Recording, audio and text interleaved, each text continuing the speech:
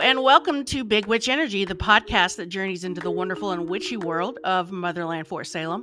We're going to recap and discuss all of the delicious content in every episode. I'm Bree. And I'm Theora. Come along with us while we dive deep into the hows, whys, whos, and what of this amazing show. Are you ready for this episode? You know what? I am, because I love a good protest. Do you? A good protest in the morning gets me going. Let's be real. This was the episode that everyone was waiting for. It was, because the, long lost lady loves see one another for the first time. It's the gayest thing ever. Like, in the trailers, it's just like they stare at each other, guys. They stare. This is such a trope, and I'm here for it. Right. I'm like, yes. I'm ready. This is the way it should happen. Yes. I'm ready. It's fan fiction writing itself. Who doesn't want this? Or actually, Brian Miller writing fan fiction. Yeah, he's like, I get it's all about the angst. Let's turn it up to 100. And he did. And he knows his audience. He does. And you know what? This was a long anticipated episode, and I'm excited to talk about it. Me too. So we're finally here, episode 4 of season 2, called Not Our Daughters, which was in fact written by Brian Miller and directed by Nimisha Mukherjee. I am so sorry if I said that wrong, Nimisha. You did a great job. You did a great job, and we're sorry if we butcher your name. Yeah. I love your name, Nimisha. You could definitely come on the podcast and correct us if you want. Please come on the podcast and correct us. We'll take it. We'll grovel. But before we jump into this beautiful episode, we had a few asks from our lovely listeners. And we're going to get into a couple of them in this episode, but one by the lovely at Brussels Bear. We wanted to acknowledge this ask where you said, comment, I guess. I really loved your analysis on the graveyard scene of 102, which, thank you so much, Brussels Bear. Yes, thank you. Thank you. I mean, I think that was mostly you, Theora. But... Oh, it is our podcast, and we are proud of that analysis. So thank you for noticing. Brussels Bear continues, it would be really interesting to know what you both think about the whole mushroom connection between Willa, Raylla, and Scylla and Brussels Bear. I and we love this ask. It's such a great question. But we're going to save this particular question for our season 3 speculation episode after we've got through all of season 2, because as season 2 goes on, we learn a lot more about the mushroom and Willa and etc. So we're going to save it for the end. We will come back to this because it's a great, great question, and we're dying to talk about it, but now is not the time. We need a bit more info. Little more exposition. Yes. More lore about all of that. So we have many things to say, including mythology stuff about this. So we will get into it later. We need to find out more about Isadora's unrequited love connection. Yeah, there's a lot going on there. It's a lot. But we have 2 other submissions today from Amber and Shay that we'll talk about a little bit later on. But thank you. If anybody out there also has things you'd like us to get into and muse about, please let us know, because it's fun. It is fun, and we always love getting those kinds of questions that we can just take off on. Yeah, exactly. We're all in this together, guys. We all have so many questions. Yes. So, tell us your questions, because we have questions too. Yeah, and the more people that we get in on it, the more, cool theories. Yeah, we're putting hyphae out there like a mycelium with all these, a web of questions that we're trying to answer. And let's do that together. But for now, we're going to jump into the beginning of the episode, which is a bunch of propaganda. So... This is straight out of a 90s Dare frickin' recruiting army video. Yeah, this is a recruitment video. That's what this is. If you don't have these in your country, America does this shit all the time. So it's pretty realistic, and kind of the format and how it was shot and the transitions. It's very be all you can be in the army. Yeah, that. But I mean the way they do the countdown Mm-hmm. It's very like the first television type of like transitions. It's like if they had recruiting videos in the 40s for Yes. World War II. Right. That's what if they had, yeah, exactly. That's what this reminds me of. It's very rudimentary type of technology they're using in the video. So it's vintage army propaganda, is really what it is. And how did we get here? So in the last episode, Alder puppeted President Wade into signing the witch testing program. So at this point, that has now come to fruition, and Auntie Alder wants to recruit you, women. And so she made this super patriotic commercial to encourage eligible females to get tested, to like do your duty for America. And the way the commercial goes is it follows this young civilian woman who learns about getting tested and then finds out she's a witch and answers the call to join the army. She finds her voice. Yeah, by the end of it, she finds her voice. And like the stuff in it is just pure American propaganda. Like there's an American flag, there's US Army insignia, there's a woman singing America the Beautiful, and it's so beautiful the way she sings it. Like I would join just for this woman's voice. But I love the lyrics in America the Beautiful. They're tailored to like a female army. So lines that say brotherhood are replaced with sisterhood and things like that. So it's really cool the way they did those little details to fit this like female centric army. But the whole thing just literally, it screams patriotism. There's like beautiful American scenery of like the Grand Canyon, rolling fields. So it's like a fanciful depiction of like the honor and glory of this beautiful country kind of thing. And combining it with things like a very prominent pentagram. Yeah, it's got the witch stuff in it for equating sure. witches in the United States. Happy times. Yeah, it's definitely pro-witch, pro-America stuff. And it's geared towards women, which for me is a refreshing change from like the male-centric ads to join the army that we're bombarded with in America in real life.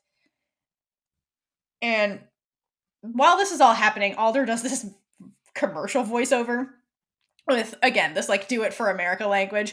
And she says things like, your true greatness awaits, and like destiny calls upon you. Find your true Jan. self. Yeah, find your true voice. And they put Penelope in here. And again, because, Penelope, the Weaver, Penelope, the triple goddess, she's the face of the future right now. So they put her in there as like the poster child of this whole witch verification thing. And she's in there saying, I found my voice. Like I was a normal person just like you. And then I found out this about me. And look at how I'm thriving, is like what they're going for here. And Alder at the end ends it with, will you answer the call? And it just reminds me of like Uncle Sam stuff. Like, I want you. Well, there's that one poster, PR poster of Alder in the Uncle Sam, like. Yeah, no, exactly. It's real. It's hanging in the verification center. Yeah, it is. It's real, and I want it. I mean, I want Alder to Props recruit me. department. Can I have it? Truly, I would fall for the shit so easy. I'd be like, okay, Alder. I mean, let's be honest. We'd both join the witch army without any trouble. I would try to join like all of these organizations because of who's running them. Let's be honest. I'd be in the spree first. I would fall for, like, if I was younger, I would have fallen for the whole glory, I would have fallen for the propaganda if I was younger, because I almost did. I mean, I was an ROTC, so. You'd be reading Reverie with Tally. Yeah, I'd be like reading it, but on the DL because I wanted to be cool to all the other cadets. It's true. Yeah. There you go. If we were War College cadets, what would we be doing? That's the question. That is the question. I don't know. I'd be with Isadora in the lab, I feel. I feel like you would be a necro so fast. You and your damn chemistry experiments. Exactly. I do in IRL. So, like, yeah, I think I'd be with Isadora, to be honest. Is she part of War College? I assume she has to be. She has to be, because, I mean, they have to have some kind of... I mean, there's necros in War College. Oh, yeah, you're right, you're right. War College. Helen, yeah. The necros, their track just confuses me by the fact that, like, Scylla was a second year, but wasn't in War College. So I don't really know what their full track looks like. Like, how much training do they do before the War College piece? I think that they just take them and they have their own thing that's running parallel. So. Yeah, I think so too. I think it's very independent and their timeline's different than like what we're seeing with the unit. It's kind of a miracle that, I don't think Scylla and Raylla would have met if they actually weren't supposed to. That's what I mean. Yeah. It wouldn't have worked out because Scylla would have been in War College land, which is probably, think it's in a different physical area on Fort Salem. Yeah, exactly. But unless anywho, their eyes met across the field or some there'd be gay staring. Shit like that. Like magnets. Yeah. So what would you be doing in War College? I would definitely, number one, be in the library a lot and probably avoiding certain people, aka Beth Treefine. Listen, we'll get to Beth Treefine again. I have things to say about her with one of the listener asks. I do too. I would probably be that nerd that wants to learn a lot, but also still want to be cool and not really let people know that I was a knowledge seeker as much. But I'm relatively sure that I would totally have a huge crush on Raylla. I mean, Raylla has that energy too, where she's like, I'm too cool for school. She definitely does. So, yeah, I'd be the nerd. But secretly. The nerd in the shadows. The nerd in the shadows that stares at Raylla from afar but never says anything to her, except for that one time in the I don't know, in the cafeteria. It's not really a cafeteria. Where did you never see the food part of it? It's like a mess hall, I guess. Hall. Yeah.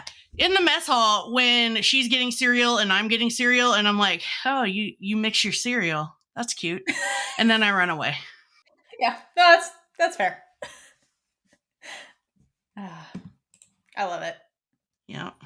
Yep, that's what would be happening if I know nobody asked for this, but there you have it, guys. Yeah, you can blame me.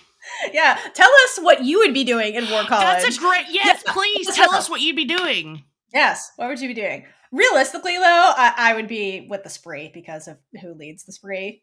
I know, but you wouldn't know who leads the spree. She could be out there recruiting. I want her to recruit me. That's who I want recruiting me. Listen, I don't think Nicta is the one that goes out and recruits. Just saying. In my head, she does. I know. Anyhow, nightly in your dreams. She does. I would also join Mama Collar because I was just about to say I would be the one to join Mama Collar. That's what I mean. There are so many spree women that I would just follow them because they have that passion, HBIC sort of badassness. Yes, they have that energy that just I can't resist, and so I joined Mama Collar before I would join Nicta because I feel like she's less scary.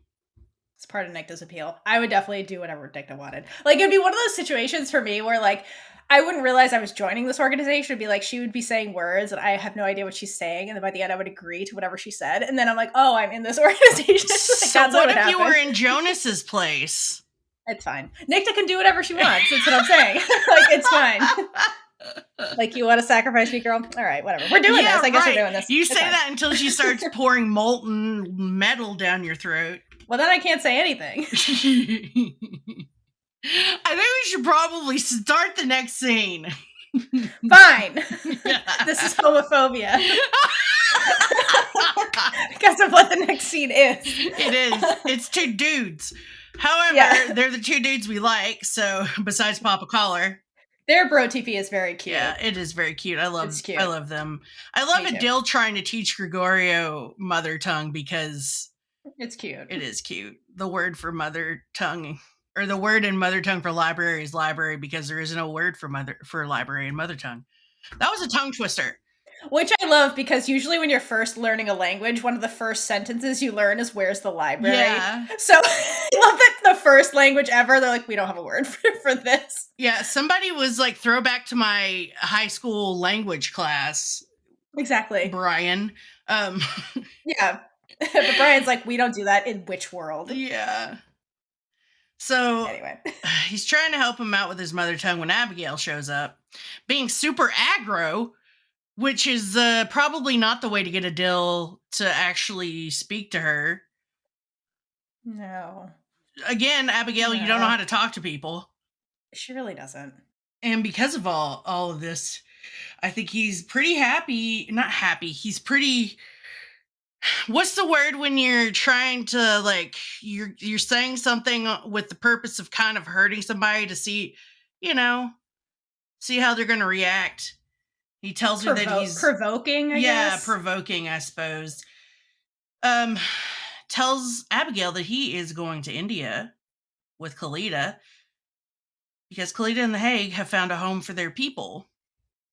And they kind of discuss what Abigail said about him being responsible for the death of the Tarim. She tells him that that's not what she meant, but it was. And Abigail.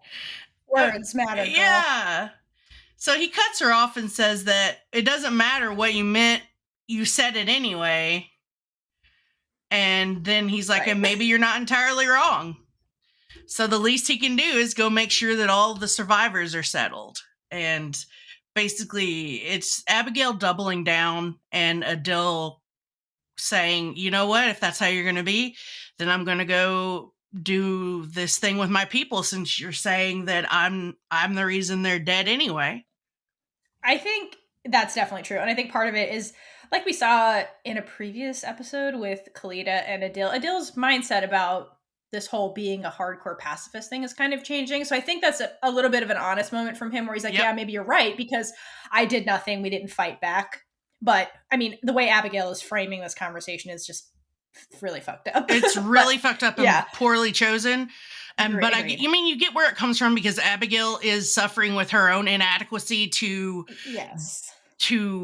save Charvel and not get beat the shit out of by the Camarilla. Like, these people are hunting her and she can't stop them. So she's projecting all of those feelings onto Adil because he's in a similar situation. And then he's like, you know what? I do feel like it's time for things to change, with his own dedication to the whole Tarim pacifism. So yeah, they're like traveling on these paths that are kind of going to the same place. But are you ready for this episode? You know what? I am, because I love a good protest. Do you? A good protest in the morning gets me going. Let's be real. This was the episode that everyone was waiting for. It was, because the, long lost lady loves see one another for the first time. It's the gayest thing ever. Like, in the trailers, it's just like they stare at each other, guys. They stare. This is such a trope, and I'm here for it. Right. I'm like, yes. I'm ready. This is the way it should happen. Yes. I'm ready. It's fan fiction writing itself. I mean, who doesn't want this? Or actually, Brian Miller writing fan fiction. Yeah, he's like, I get it's all about the angst. Let's turn it up to 100. And he did. And he knows his audience. He does. And you know what? This was a long anticipated episode, and I'm excited to talk about it. Me too. So we're finally here, episode 4 of season 2, called Not Our Daughters, which was in fact written by Brian Miller and directed by Nimisha Mukherjee. I'm so sorry if I said that wrong, Nimisha. You did a great job. You did a great job, and we're sorry if we butcher your name. Yeah. I love your name, Nimisha. You could definitely come on the podcast and correct us if you want. Yes, please come on the podcast and correct us. We'll take it. We'll grovel. But before we jump into this beautiful episode, we had a few asks from our lovely listeners. And we're going to get into a couple of them in this episode, but one by the lovely at Brussels Bear. We wanted to acknowledge this ask where you said, well, comment, I guess. I really loved your analysis on the graveyard scene of 102, which, thank you so much, Brussels Bear. Yes, thank you. Thank you. I mean, I think that was mostly you, Theora. Well, it is our podcast, and we are proud of that analysis. So thank you for noticing. Brussels Bear continues, it would be really interesting to know what you both think about the whole mushroom connection between Willa, Raylla, and Scylla and Brussels Bear. I and we love this ask. It's such a great question. But we're going to save this particular question for our season 3 speculation episode after we've got through all of season 2, because as season 2 goes on, we learn a lot more about the mushroom and Willa and etc. So we're going to save it for the end. We will come back to this because it's a great question, and we're dying to talk about it, but now is not the time. We need a bit more info. Little more exposition. Yes. More lore about all of that. So we have many things to say, including mythology stuff about this. So we will get into it later. We We need to promise. find out more about Isadora's unrequited love connection. Yeah, there's a lot going on there. it's a lot. But we have two other submissions today from Amber and Shay that we'll talk about a little bit later on. But thank you. If anybody out there also has things you'd like us to get into and muse about, please let us know because it's fun. It is fun, and we always love getting those kinds of questions that we can just take off on. Yeah, exactly. We're all in this together, guys. We all have so many questions. Yes. So, like, tell us your questions because we have questions too. Yeah, and the more people that we get in on it, the more like cool theories. Yeah, we're putting hyphae out there like a mycelium with all these like a web of questions that we're trying to answer, and let's do that together.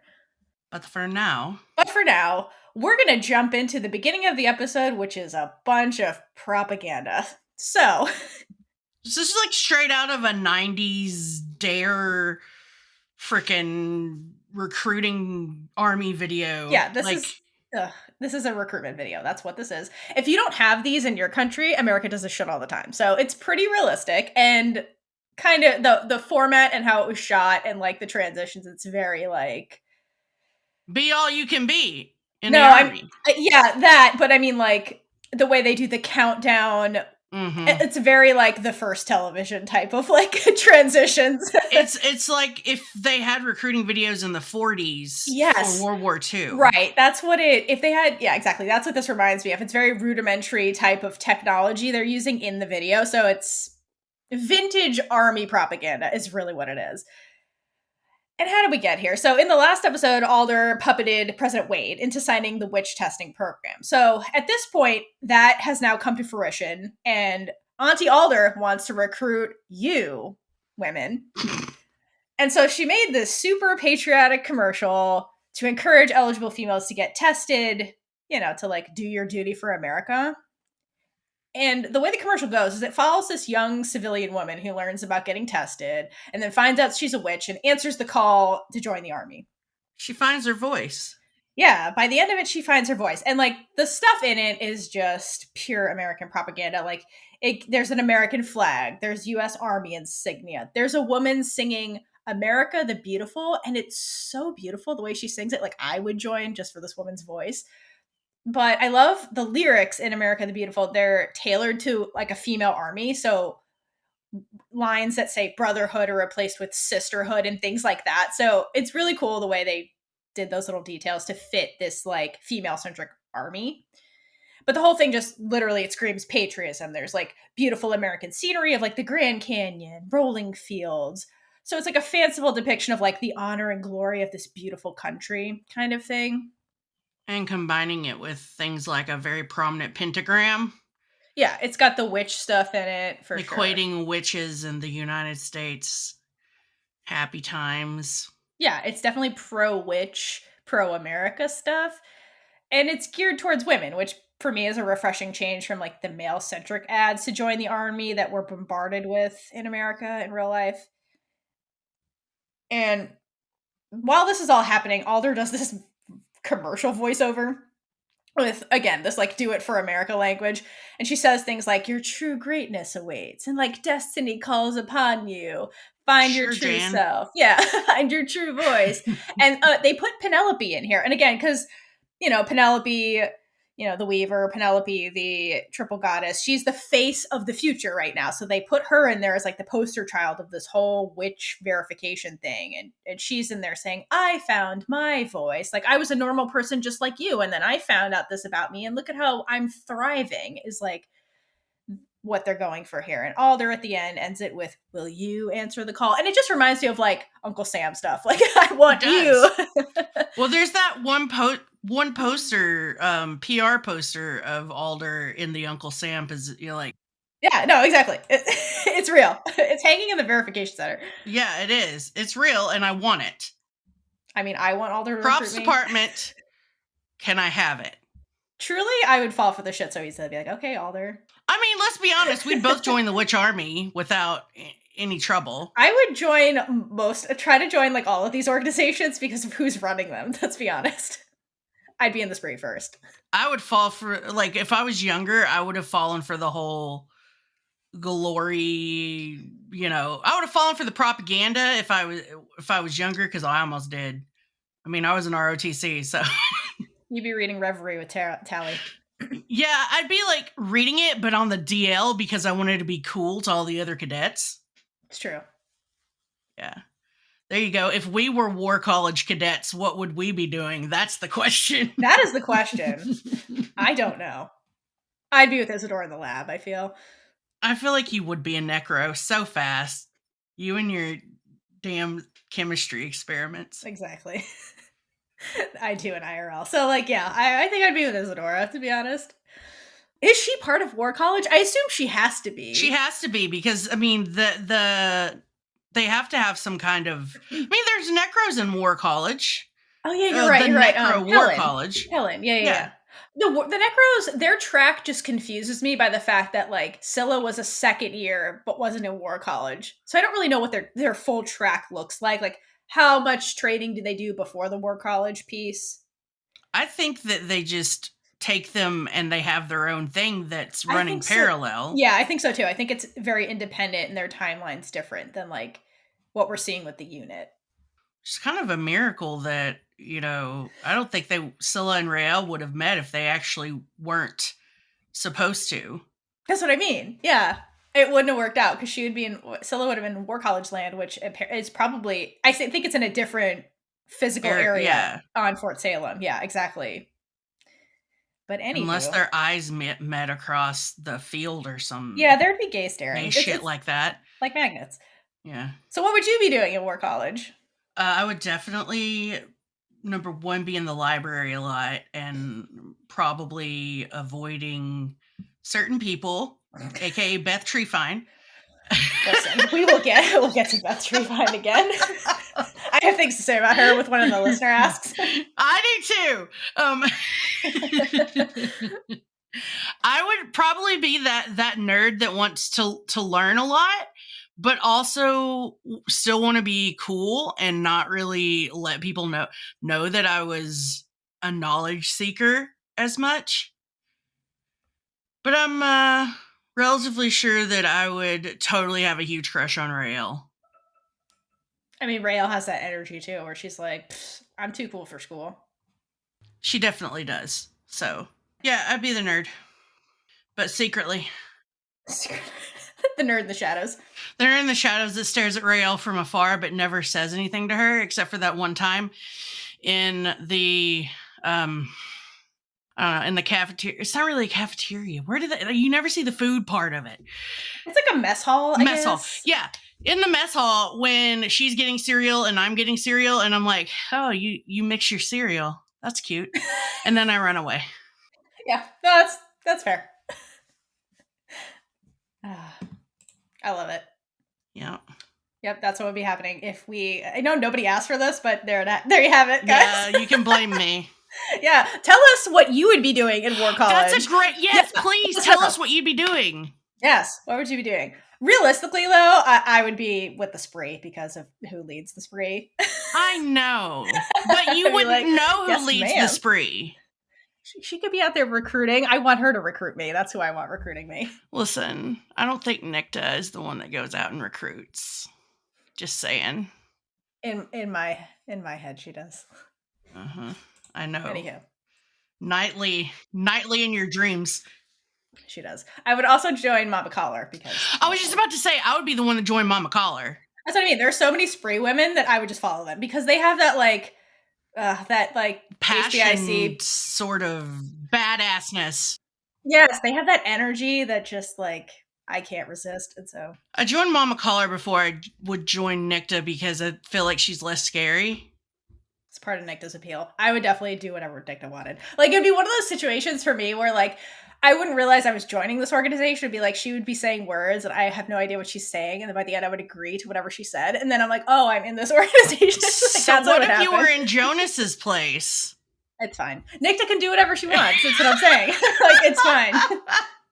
Like, you want to sacrifice me, girl? All right, whatever. We're doing this. I guess we're doing this. You It's say fine. that until she starts pouring molten metal down your throat. Well, then I can't say anything. I think we should probably start the next scene. Fine. This is homophobia. Because of what the next scene is. It is. It's two dudes. However, they're the two dudes we like, so besides Papa Collar. Their bro TP is very cute. Yeah, it is very cute. I love them. I love Me too. Adil trying to teach Gregorio mother tongue because it's cute. It is cute. The word for mother tongue, or the word in mother tongue for library is library, because there is no word for library in mother tongue. That was a tongue twister. Which I love, because usually when you're first learning a language, one of the first sentences you learn is, where's the library? Yeah. So I love that the first language ever, they're like, we don't have a word for this. Yeah, somebody was like, throwback to my high school language class. Exactly. Brian. Yeah. But Brian's like, we don't do that in which world? Yeah. So anyway, he's trying to help him out with his mother tongue when Abigail shows up, being super aggro, which is probably not the way to get Adil to actually speak to her. No. Again, Abigail, you don't know how to talk to people. She really doesn't. And because of all of this, I think he's pretty happy. Not happy. He's pretty... What's the word when you're trying to, like, you're saying something with the purpose of kind of hurting somebody to see, see how they're going to react. He tells her that he's provoking, I guess. Yeah, provoking, I suppose. Tells Abigail that he is going to India with Khalida, because Khalida and the Hague have found a home for their people. And they kind of discuss what Abigail said about him being responsible for the death of the Tarim. She tells him that that's not what she meant, but it was. And Abigail. Words matter, girl. Yeah. So he cuts her off and says that it doesn't matter what you meant, you said it anyway. And then he's like, and maybe you're not entirely wrong. So the least he can do is go make sure that all the survivors are settled. And basically, it's Abigail doubling down and Adil saying, you know what, if that's how you're going to be, then I'm going to go do this thing with my people, since you're saying that I'm the reason they're dead anyway. I think that's definitely true. And I think part of it is, like we saw in a previous episode with Khalida and Adil, Adil's mindset about this whole being a hardcore pacifist thing is kind of changing. So I think that's a little bit of an honest moment from him where he's like, yeah, maybe you're right, because I did nothing. We didn't fight back. But I mean, the way Abigail is framing this conversation is just really fucked up. It's really fucked up and poorly chosen. But you get where it comes from, because Abigail is suffering with her own inadequacy to save Charvel and not get beat the shit out of by the Camarilla. Like, these people are hunting her and she can't stop them. So she's projecting all of those feelings onto Adil, because he's in a similar situation.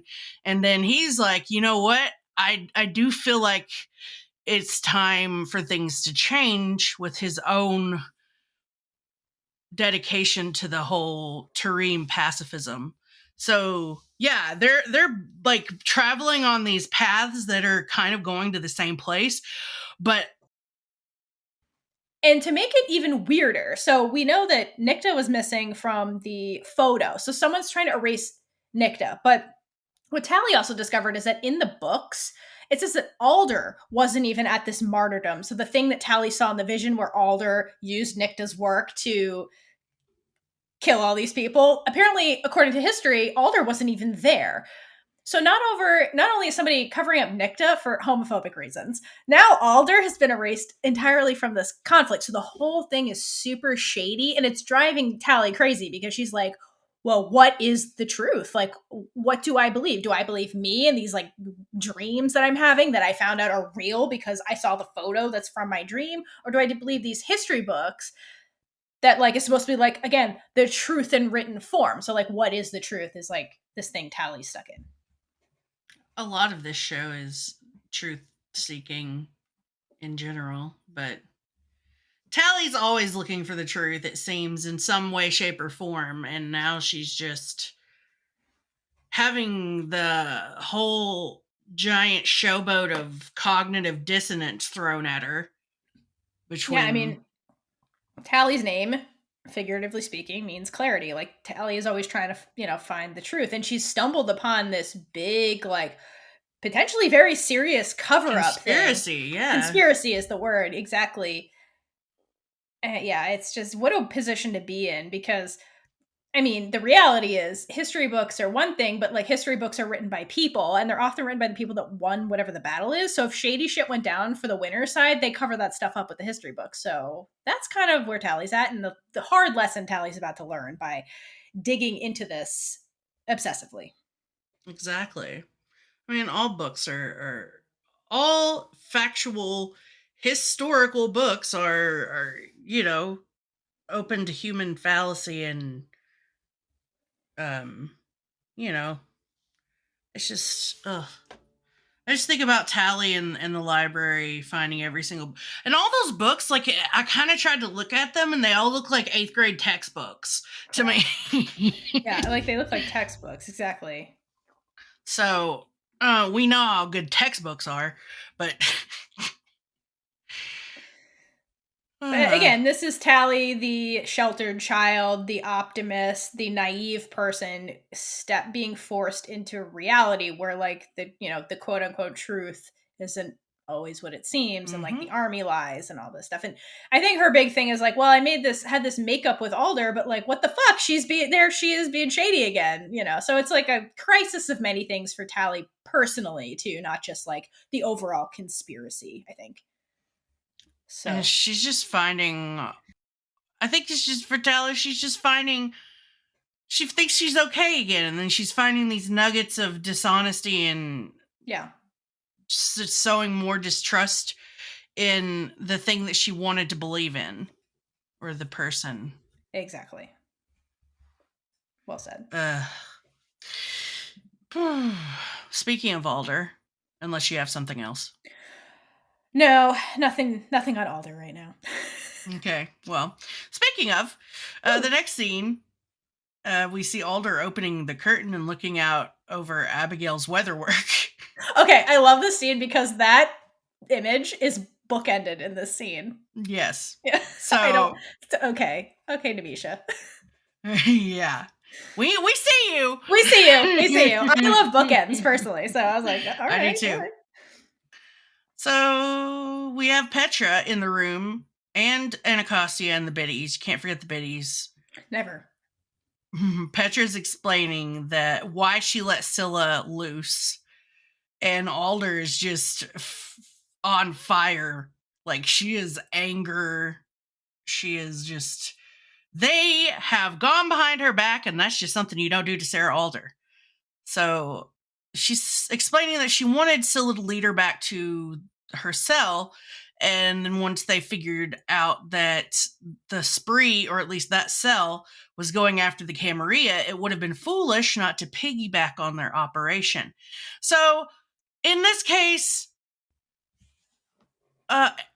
Petra is making tactical decisions where Alder is like, that's not what we're supposed to do. That's not what I ordered. So I think it's a mixture of, you disobeyed my order, and she should be rotting in a prison. That, but I think it's more the, you disobeyed my order and I'm losing control kind of thing. Yeah, it definitely is. I love that Petra calls her foolish. Oh, absolutely. Because the big witch energy, I love to see it. But also, like, this is an example of Petra just being right and Scylla saving everyone's ass. Because if it wasn't for Scylla, the army would have no fucking idea about the Camarilla. Like, this is Scylla saving everybody's ass. And Alder, I think, is also making this personal and petty because she is. There's so much pettiness in this conversation. And she's like, Mama Costia, what the hell? Like, it's not even about like listening to your intelligence officer who's like, yeah, I know I went off the books, but like, look at what we fucking found. Like, this is all relevant. She ignores all of that. She ignores all of it. And like the dialogue going forward with Alder, it's very clear. Like, she's stuck in the past and can't accept this information and process it, you know? I think that the way Scylla resisted her and showed defiance absolutely got under Alder's skin to the point where she was like, pettiness. This person needs to be on the first fucking boat to Saint Dominica and like rot away. So I know she's, suffering. And I'm like, right. Alder. That's the pettiness here. That's her making this personal when it's really not. And Anacostia had the heart and the vision to see that Scylla was not, this just evil witch that was never going to be able to see that there was more to life than her mission for the spree. So, and also Anacostia was like, well, we're losing the battle against the spree. Wouldn't it be super helpful to have eyes on what the spree is actually doing? And then to follow the spree to Willa's cell, of all cells, who are like, fuck the army, the Camarilla's back. And then like, what a shock to be like, oh shit, this is what the spree's up to? Spree's out here actually trying to save witchhood right now? So I'm sorry, without Willa Collar's cell, they would have nothing. No, that's what I mean. Willa and Scylla save everyone's ass, like all of witchhood, all of their asses now. And they're not going to get any props for it. No, we're going to give you guys props because you guys literally saved everyone's asses. And Scylla does it multiple times where she's just saving everybody's ass and gets no credit ever. And she doesn't like seek out credit either. No. She just knows what she's doing is the right thing. And that's enough for her. She's super humble. Yeah. Saving Raylla for one. She doesn't care about credit, but she deserves it. Damn it. So we're going to give you guys credit because you deserve it. And like, the army would have been super fucked if it wasn't for you guys. So yeah, because Alder has blinders on. Yeah, Alder 90% of the time. The dialogue here with Alder, where she's like, well, I don't know if you're going to get into like what she says about the Camarilla, but like her dialogue about the Camarilla, it clearly indicates like Alder is just, she's stuck in the past where she defeated them and what they used to be like, and Alder. Test if they hadn't followed Scylla.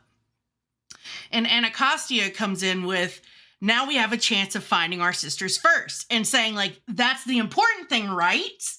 But you could see Alder's not having it. And Petra starts to say that they need to swap the test out in all the schools. But Alder stops her right there because she's not going to hear any of this. And says, I want the room, because she's about to try to ream Anacostia. Because that's what's the other thing that's really bothering her. So it's her personal vendetta with Scylla and the fact that her pet daughter has betrayed her. And also, the person coming in here with all this good intel is Petra, who's been power playing her. Yeah, exactly. So she's making this personal. Mm-hmm. So once Petra's out of the room, Anacostia tells Alder that basically says, like, I know you puppeted the president, and they have a big witch energy off about all of you, just this energy. You can tell that Alder is really not happy about Anacostia standing up for everything she believes that Alder has done wrong. And they even get down to that little piece of dialogue that I love where where Alder says, I didn't give you permission to speak. And Anacostia is like, I didn't ask for it. The way she delivers that, like, it's kind of partially like scared, but she's forcing herself to say it. It's so good. And then, well, there's like really no going back when she say things like that. There's exactly. It sows the seed. Yeah. So then Alder kind of switches to, you put a fetch on the Camarilla courier, right?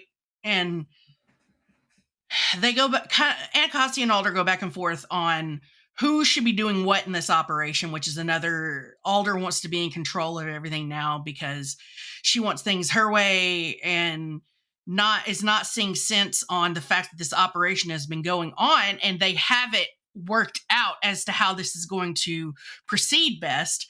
But she doesn't give a shit. She's all up in her personal feels right now.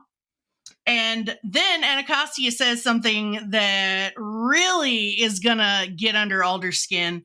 All due respect, but this is Petra's operation. Oh, girl, that was not the right thing to say to Alder. It's true, but not the right thing to say. It's true, but it's not going to get you any points or anything. Yeah. And then Alder snaps back with, "And it's my army." So reasserting her big witch energy.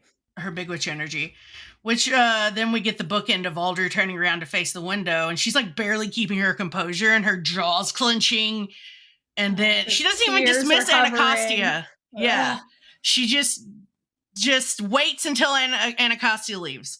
So it's the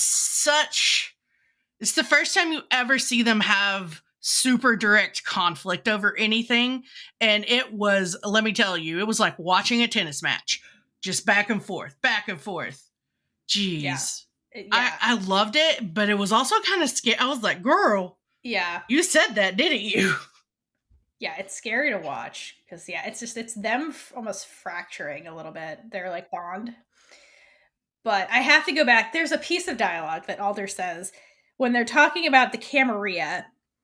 I think they're talking strategically about how to go about this. And Alder says, if the Camarilla act as they always have, and like trails off. Mm-hmm.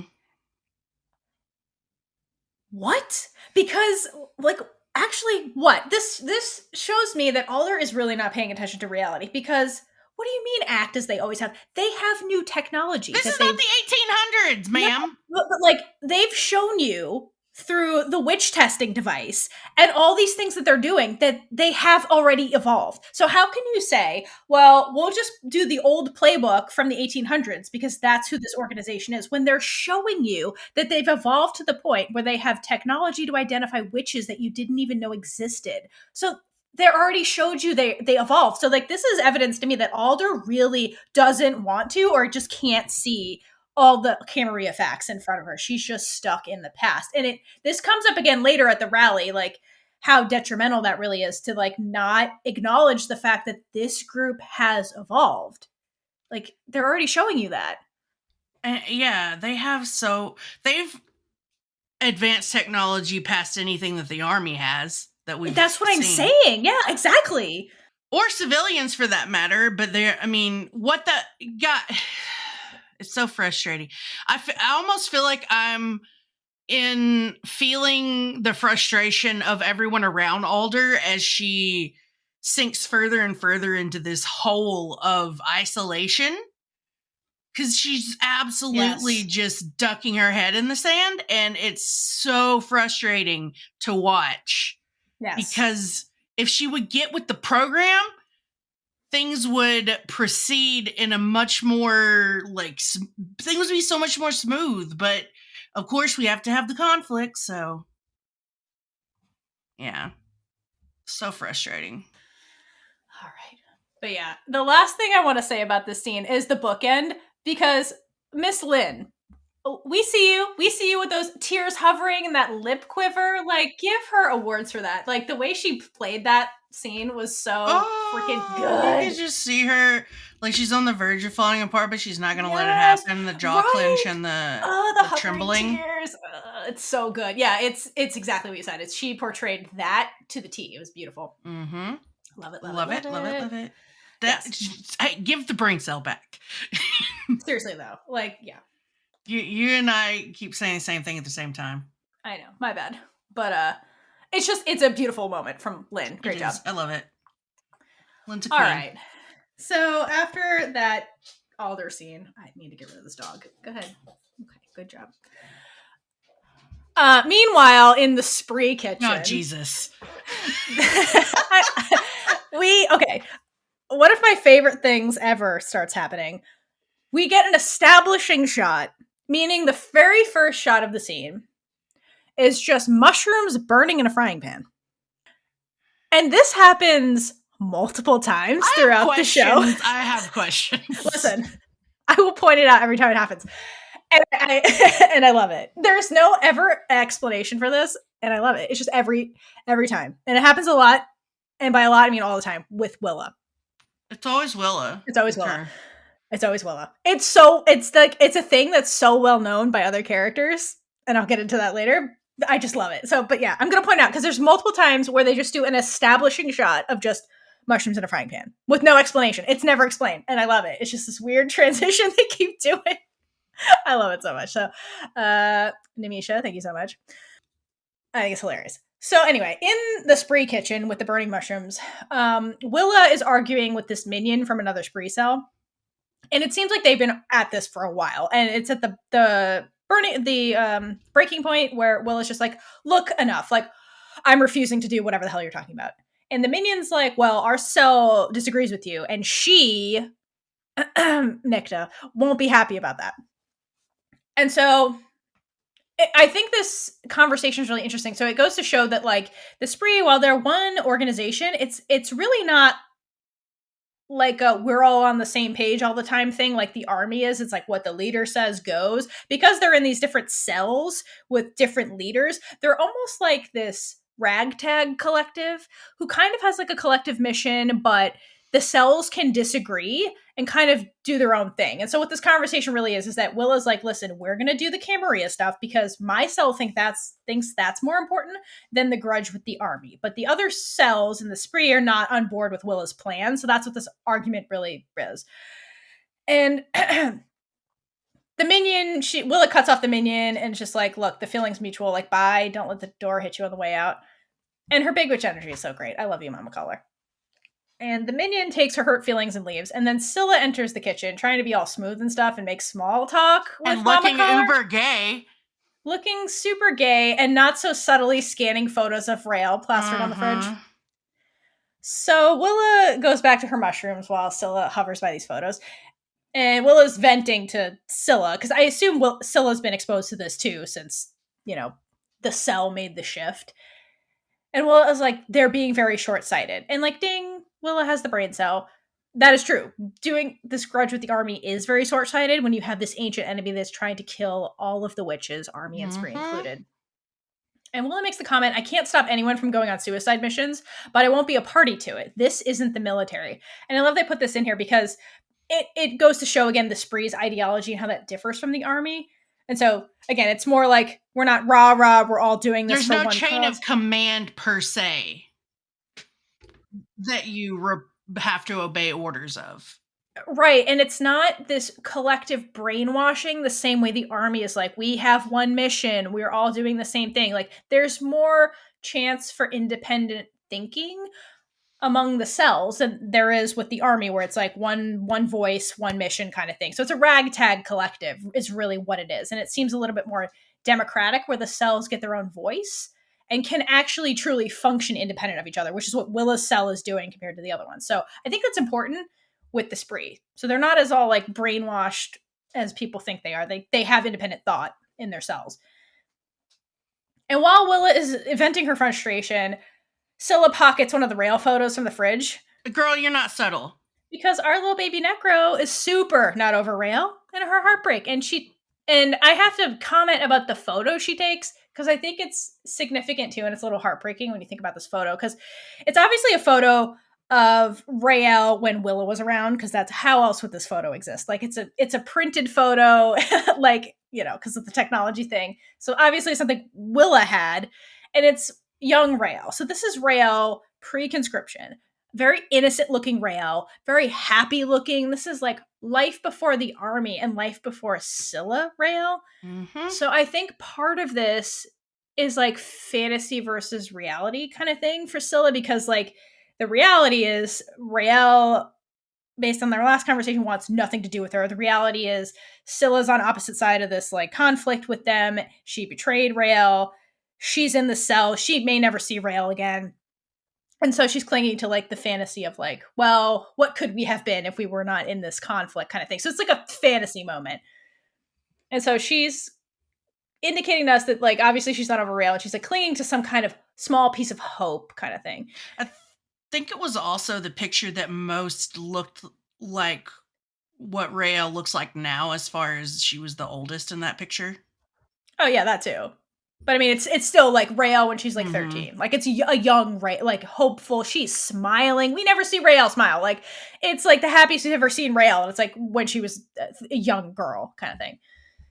Anyway, and I think part of Scylla is like, well, if I can stop the Camarilla, then that saves Raylla. So that's me making it up to her by letting her do whatever while I take out the Camarilla kind of thing. So like giving her her innocence and like her happy life kind of thing. So it's very sad, but it's indicative of where Scylla's headspace is with Raylla. Yep. So after that thieving, she transitions into updating Mama Collar on her mission with Anacostia and mentions that Orsatti, the Camarilla guy that did the drug deal, he's on the move with the hearing test results and possibly to like a Camarilla higher up. So they're doing exactly what Petra was explaining. Like, we're going to use this intel to get to like the higher ups to cut the beast off the head. So the head off the beast, so to speak. And so again, Willa has the brain cell and that's what they're doing here. And Willa's like, that's great. Stay on him because, this is actually a good plan. And so Scylla nods and she's like, great. And she goes to leave and makes it 3 steps out of the kitchen before Willa Collar calls her out. And she's like, you can keep that photo, by the way. I miss her too. And Scylla's little pained face at the end for getting caught up in her feels is just so sad. Yeah, and then this whole episode whenever so sad. Whenever Scylla is in a scene, it's usually her being sad about Raylla. So it's getting to her. Mm-hmm.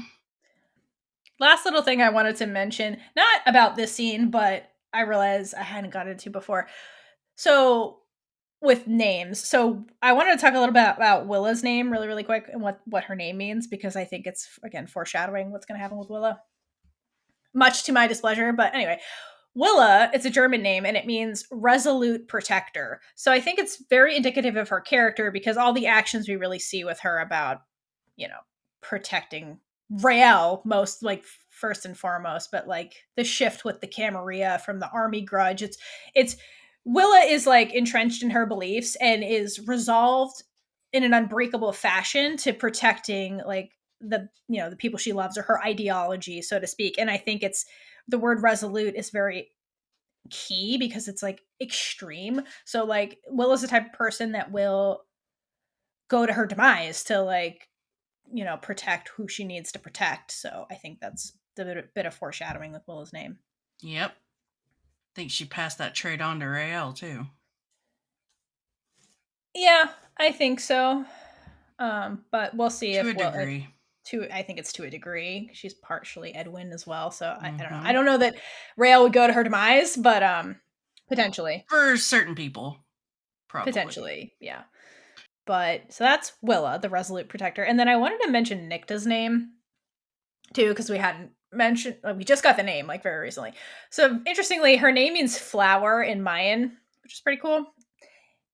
And so flowers can symbolize lots of things. There's the obvious like new life to death kind of thing because you have the flower budding and blooming, which is like new life, youth, all that kind of stuff. But then they wilt and die and they represent fragility and like passage from life to death kind of thing. So it's like a circle of life thing. So it in 2 very distinct phases. And I think that's what we're getting with Nicta, where it's like we were first introduced to her as this youthful, passionate soldier who is very like into the army, who then had this cataclysmic thing happen to her. And now she's transitioning into this like darker phase we'll come to see.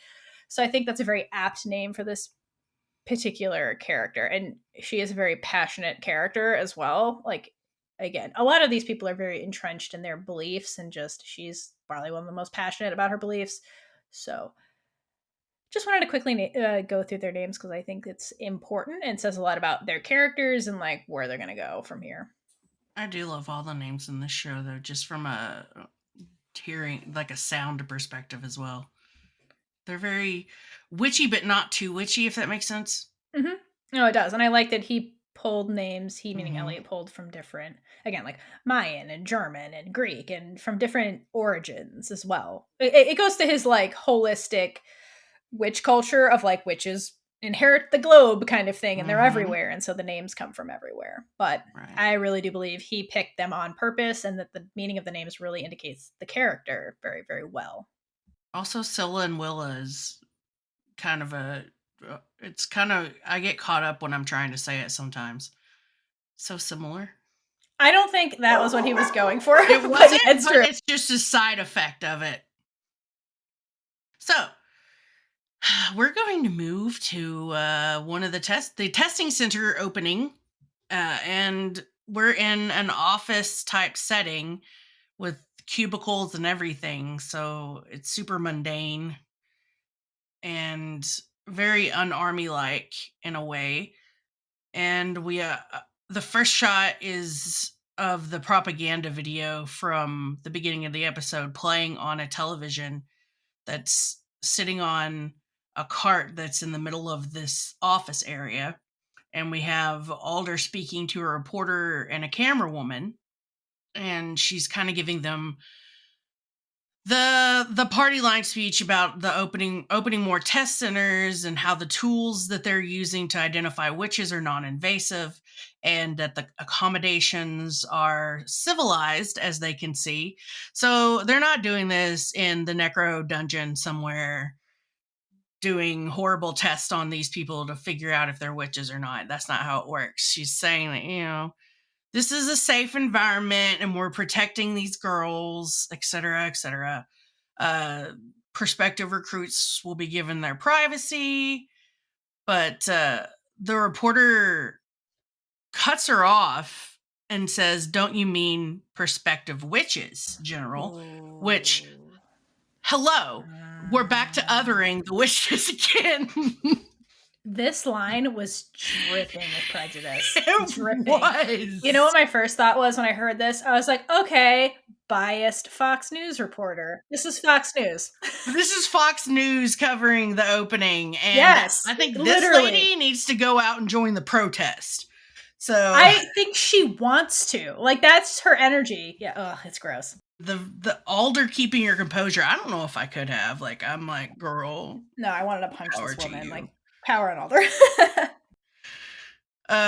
So yes, that's showing that even this reporter is biased in the situation. It's further othering the witches. It's giving you just one more sight on how like normal civilians are seeing the witches, and that they're not buying all of this propaganda that Alder's putting out. Alder doesn't answer her, but just gives this tight smile and gestures for her to go on in front of her. So that was a little scene of just WTF lady. Ugh. Ugh, indeed. You're supposed to be unbiased, but like clearly I'm like, this woman is clearly biased. Yeah, Wonderful. She went to the Tucker Carlson school of seriously fuckery. Seriously. So after that, we hard cut to the giant protest outside the military recruitment center.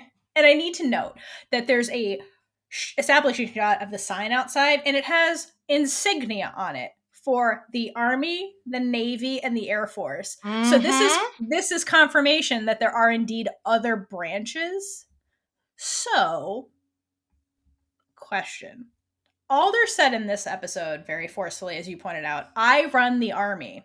So does that mean there are generals that run the other two branches that function independent of Alder? Because Alder only ever talks about the Army. She never talks about what the Navy's doing or what the Air Force is doing. Exactly. So I think that Alder probably took the Army because that's her pet baby and that's what she, was in.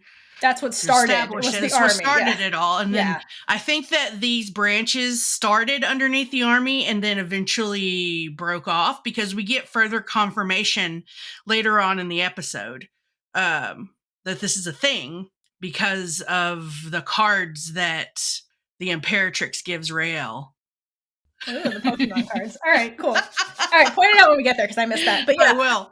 I was just kind of curious because that would be interesting, because that means that perhaps Alder does kind of have equals, so to speak, in the other branches, which would be a super interesting dynamic to see, because we never really see Alder with many equals, especially in the army, you know? Or, sorry, the armed forces. I think that that these people would be equals in title, but not in practice. Yeah. I still think like the army presides over the other branches. Or at least Alder presides over everything. That's what I mean. By that, it's Alder.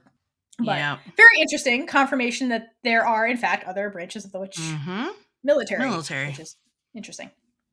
So after we get that fun little shot, it pans into the angry mob, and there's just all these anti-Alder signs, anti-witch signs, and just people chanting, "Not our daughters." So "Not our daughters" is the name of this movement that Elliot talks about. It's not the Camarilla. This is a group of concerned citizens, let us say. That's right.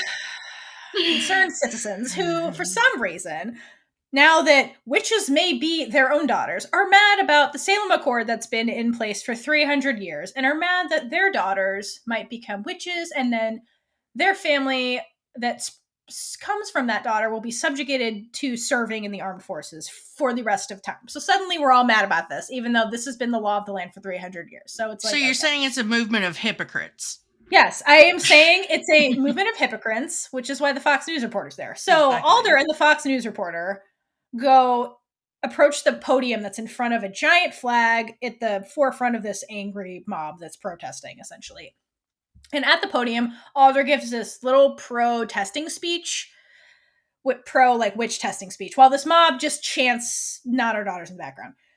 And she uses language like, "Witch or civilian, we are all Americans, and I have no doubt this will bring us closer together," which Alder has very much been trying her hardest and damnedest to frame this whole thing as like, hey, this is a good thing. Hey, this is patriotic. Because under normal circumstances, if you're in the middle of a conflict with this enemy that's like taking out civilians, wouldn't you want more like people fighting against them? And Alder's like, look, we're recruiting more people that can help us win these wars, that can help us protect you like we've done for 300 plus years. Like, this is a good thing for America. But because it's personal to the mob, they're pissed off. And after she gives this little speech, the reporters leave, and Alder for a moment kind of scans the mob.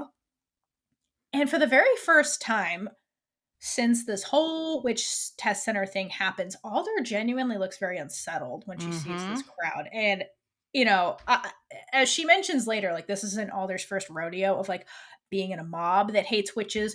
Call back to the what was it, that pageant, like Alder's origin story was like she literally almost died at the hands of an angry mob like her sister did. So like, I think this is internal trauma for Alder, and even though she's been in this position multiple times, I don't think Alder ever gets comfortable with being in this position, truly. Absolutely not. Yeah, it's very sad. And I think part of it too is like, after she just gave this whole speech about like unity and uniting America, like I think this is partially a reality check that like, I don't think that unity is going to actually happen super easily. We're going to get a lot of resistance with this.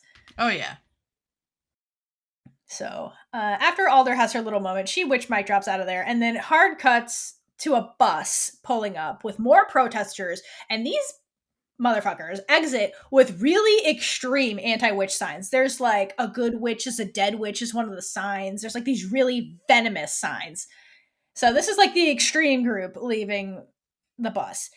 And one woman, I am so ashamed of you, ma'am, that exits this bus with a pastry box large enough to hold a sheet cake. So it's a sizable box. Like, she's bringing donuts for the gang. She kind of cuts through the crowd and passes this box off to a police officer, bypassing the metal detector that everybody has to walk through because this is America.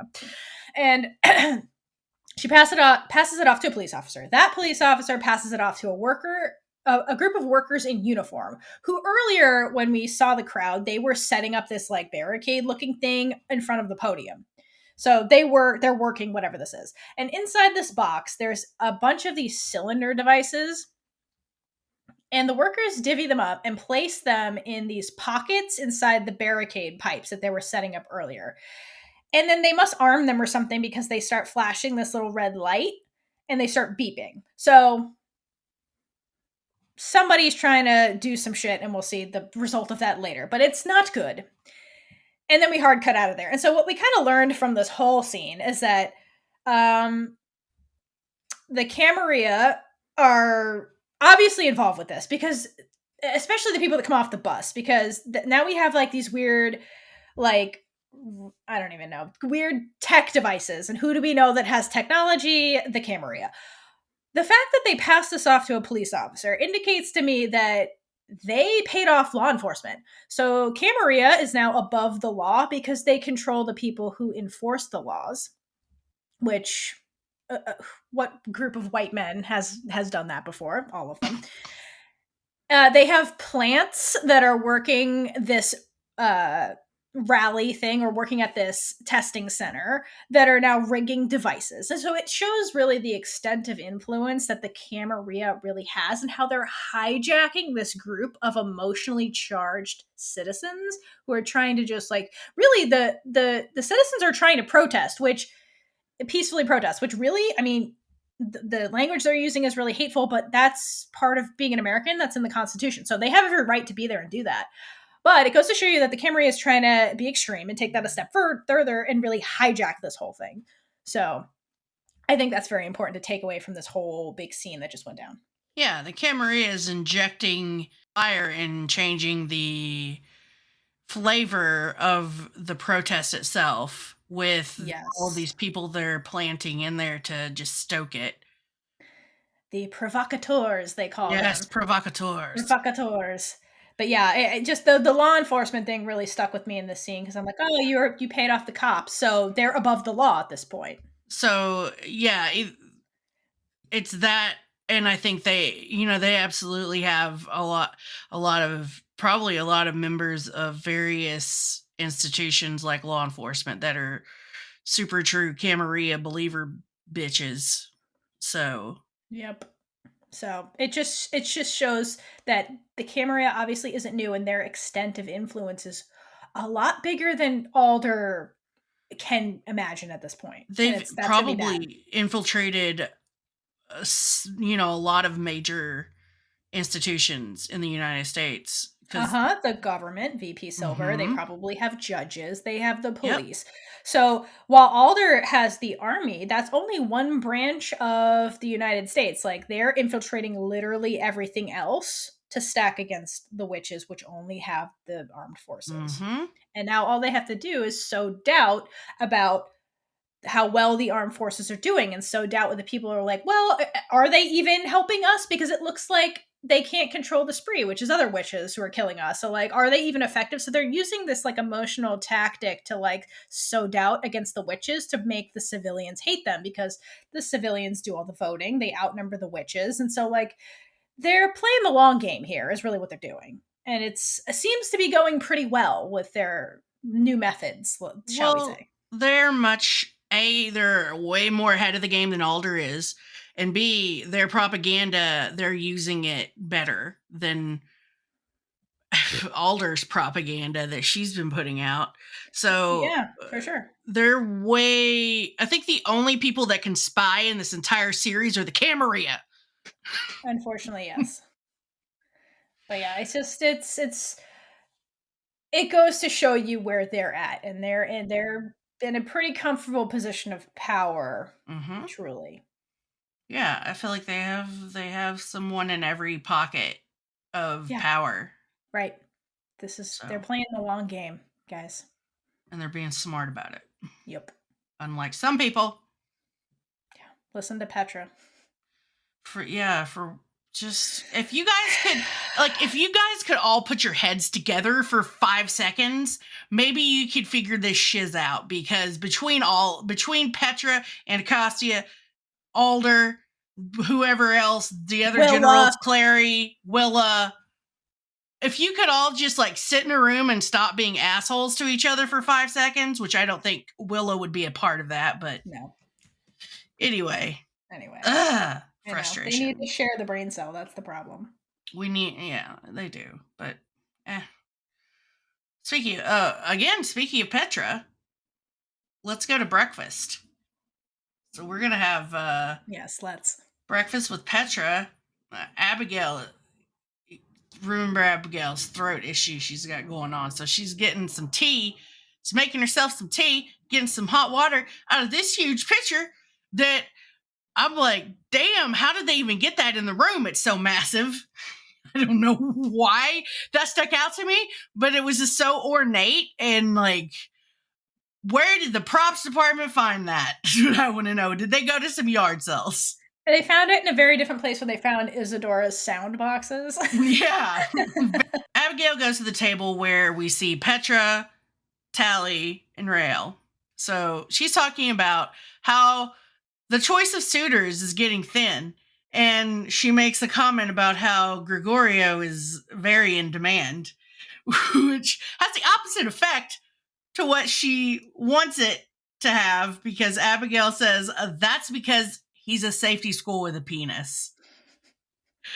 Number one, that line made me go, oh, damn. Number two, he's a nice guy. I feel bad for him. Also, I think, too, part of that is, like, think about it. Gregorio, as far as we know, is the only male witch in War College, so he's clearly powerful. So, exactly. I would imagine he's at the top of the pile when you're, like, thinking of strategic breeding. Precisely. Yeah, but also... So he's not just a safety school with a penis. He's you know, he's a good pick. He's a full-ass human. Like, he's not Garrett. He's not Garrett. He's somebody with a personality, like, you know? A personality and wants, desires, and he's very protective of... Yeah, he has good actual qualities, unlike Garrett. So yes, thank you. He's more than a safety school. I understand why he's in high demand, given this whole culture, and the Imperatrix would be like, yep, this guy, everybody... Yeah, I would pick him too for Abigail if I was thinking of strategic breeding. He has good traits, like, if you're thinking about it that way. The gross way. But I'm with Raylla in this scene and laughing hysterically at that line because I'm like, too. I don't want to hear this over my breakfast. In front of my breakfast. I totally screen capped Raylla's reaction just because it made me giggle. But I'd also like to point out he also has one other thing over Garrett, and that his voice doesn't annoy the shit out of me. No. Sorry, Garrett. But not sorry. Like, no, I'm no shade to the actor that plays the actor, but it was just the way that Garrett, he spoke as Garrett. Yes. Which I think was, you know, absolutely on purpose. So of course. You're supposed to be annoyed. So basically, Petra's pointing out that they really need babies. And Abigail is like, but there are more important things right now. We need to fight the Camarilla. And Petra's saying, well, making babies is fighting the Camarilla because you're making more witches. And Abigail's not here for that. She's not wanting to pop out any babies right now. I mean, who could blame her? And Petra mentions Charvel, which is also not the right thing to bring up because that just makes it more awkward. So I think Petra can sense that if she pushes Abigail any further, it's going to end in badness. So she switches and turns to Raylla to congratulate her on the weapons test, which is even like, you're still stepping in it, Petra. You're still rubbing it in that Abigail's not part of the witch bomb. So Raylla, to her credit, awkwardly says that she doesn't really remember what happened and is kind of trying to brush off Petra's congratulations because she doesn't want that attention on her. She doesn't want to think about that stuff. And also she knows that it's going to tick Abigail off. So yeah. Raylla is reading the room and Petra is not. So Petra got her own blinders on at this point. But so this girl, learn how to speak to your daughter. This family has a problem with that. Speaking to the people they love. But Tally takes the opportunity to ask Petra about her obsession, the Liberian conflict. Because Tally has a thirst for truth. She has a thirst for something. And same girl. So she's like, I only know what's in the books, Petra says, but Tally kind of pushes her on Alder being there with a soldier named Baton. And that perks Petra up because she's like, wait a minute. Does she know something I don't know? Like, where is this information coming from? So any kind of secret information on Alder is something Petra will want to have.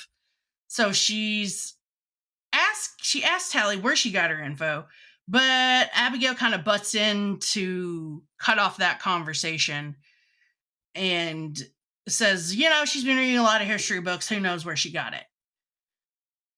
Petra is not satisfied by this, but lets it go and suggests that Tally find a source closer to the story. So I think she's also kind of nudging Tally a little bit towards, why don't you go find somebody who was actually there? Or, wink, wink. So, yeah, we see Petra, ever the intelligence officer who is trying to usurp Alder, is intrigued by the little tidbit of information Tally just gave her, and that's going to start a whole behind the scenes thing.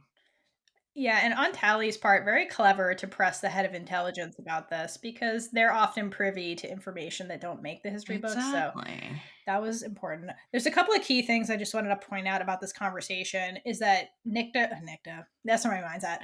Petra refers to Liberia as the forever front. Yeah. So indicating that whatever the hell happened is still happening to this day. So yeah, so whatever Alder set off many, many moons ago is they're still waging some kind of front there. The other thing I think is important is that we get a clue about Nicta's age and how long this conflict is, because Tally, when she asks Petra if she was there, Petra says, or she mentions 1 or 2 classes above Petra's. So that gives us a time frame of when this martyrdom really occurred. So you figure, judging by what we saw of Nicta, like Nicta wasn't 18, Nicta was a sergeant. So it's been a couple of years since she got through basic. I assume she went through war college. So this thing probably happened like 25, 30 years ago. So it gives you a time frame of like how old Nicta is too. She's like maybe 1 to 2 years older than Mama Bellwether. Because I've seen some weird stuff in the fandom about people being like, well, Nicta can conceal her age like Alder. It's like Nicta's not 300 years old. Nicta's like 1 or 2 years older than Petra. Like they're like the same age. So just keep that in mind. Like Nicta's around Petra's age. And so this conflict that happened is relatively new. And it coincides with what we know about when the spree was founded, which was like 20 to 25 years ago. So there you go. Did Nicta age really well? Yes. Yeah, she did. Again, women glow up when they age. Nicta looks super hot. So yeah, but again, like I've seen some stuff where they're like, they think like, she's 30 years old. I'm like, she's. Where did you get that? She's not, or they think that she should be. That this. I think there's a confusion about when the conflict took place, because I think that they're thinking this was way back during like the 40s or something, and I'm like, no, or the 1800s or something weird. It's like this happened like literally at most 30 years ago. The only thing I can figure is that picture. They were in front of a helicopter. They were in front of a plane. Planes existed. They were in front of a plane, but the plane looked like a World War II plane.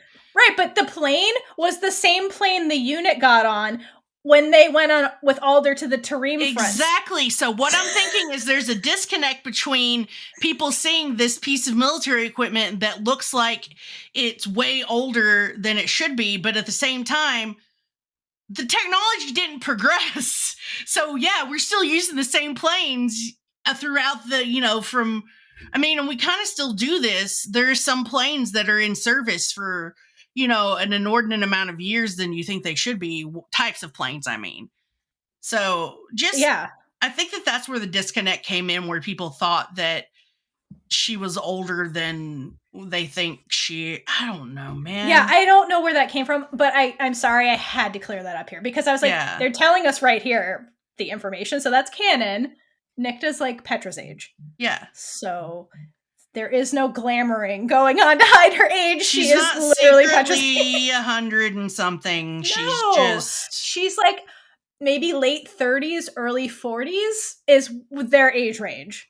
Yeah. So, okay, that just needed to clear that up. And like, again, the Liberia stuff that happened 20, 30 years ago, they're still fighting whatever wars happening there. It never ended. So this martyrdom really affected witchhood in that part of the world, like permanently, which again, all the more reason to like have a conspiracy around this particular thing, because it created this war that never ended.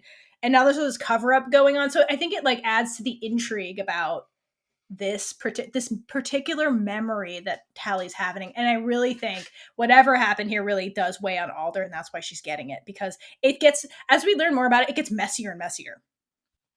Big giant mess. Yes. So main takeaway, Nicta is not 100 years old. Thank you. Thank you. We needed to talk about that. I needed to clear that. I get that she has like 2 streaks of gray in her hair, but like she's not 100. She's like 40 at most. Like, come on. Anyway, yeah. Anything else to say about that? No, I think you covered it. I covered many things. I had to. It's one of those things I don't understand. But anyway, so from Morning with Petra, we transition back to Sekhmet barracks, where Raylla is lounging on the bed, rifling through a bunch of male witch Pokemon cards. And like, what are we doing? Why is this a thing? Like, what is this? It's more misandry. It's misandry. Is it misandry? It's like trying to, I don't even know. Like, what is this? It's just like, it's the men. It's pick your sperm donor. Yeah, it's like trading cards for sperm donors. They're meat. Why are we here? They're meat to be consumed. It's so weird. It is. But anyway, I kind of love it though. I love it. It's so weird. And I remember the actresses saying, like, when Taylor got the cards, they started laughing because they're like, "What the fuck is this?" Because it's so weird. But I love Raylla rifling through the cards, and she gives a shout out to Imperatrix, and she's like, "Well, I got to give it to her for at least throwing in a couple of shortish brunettes to try and trip me up." And I laughed for like 10 minutes the first time I heard this. Me too.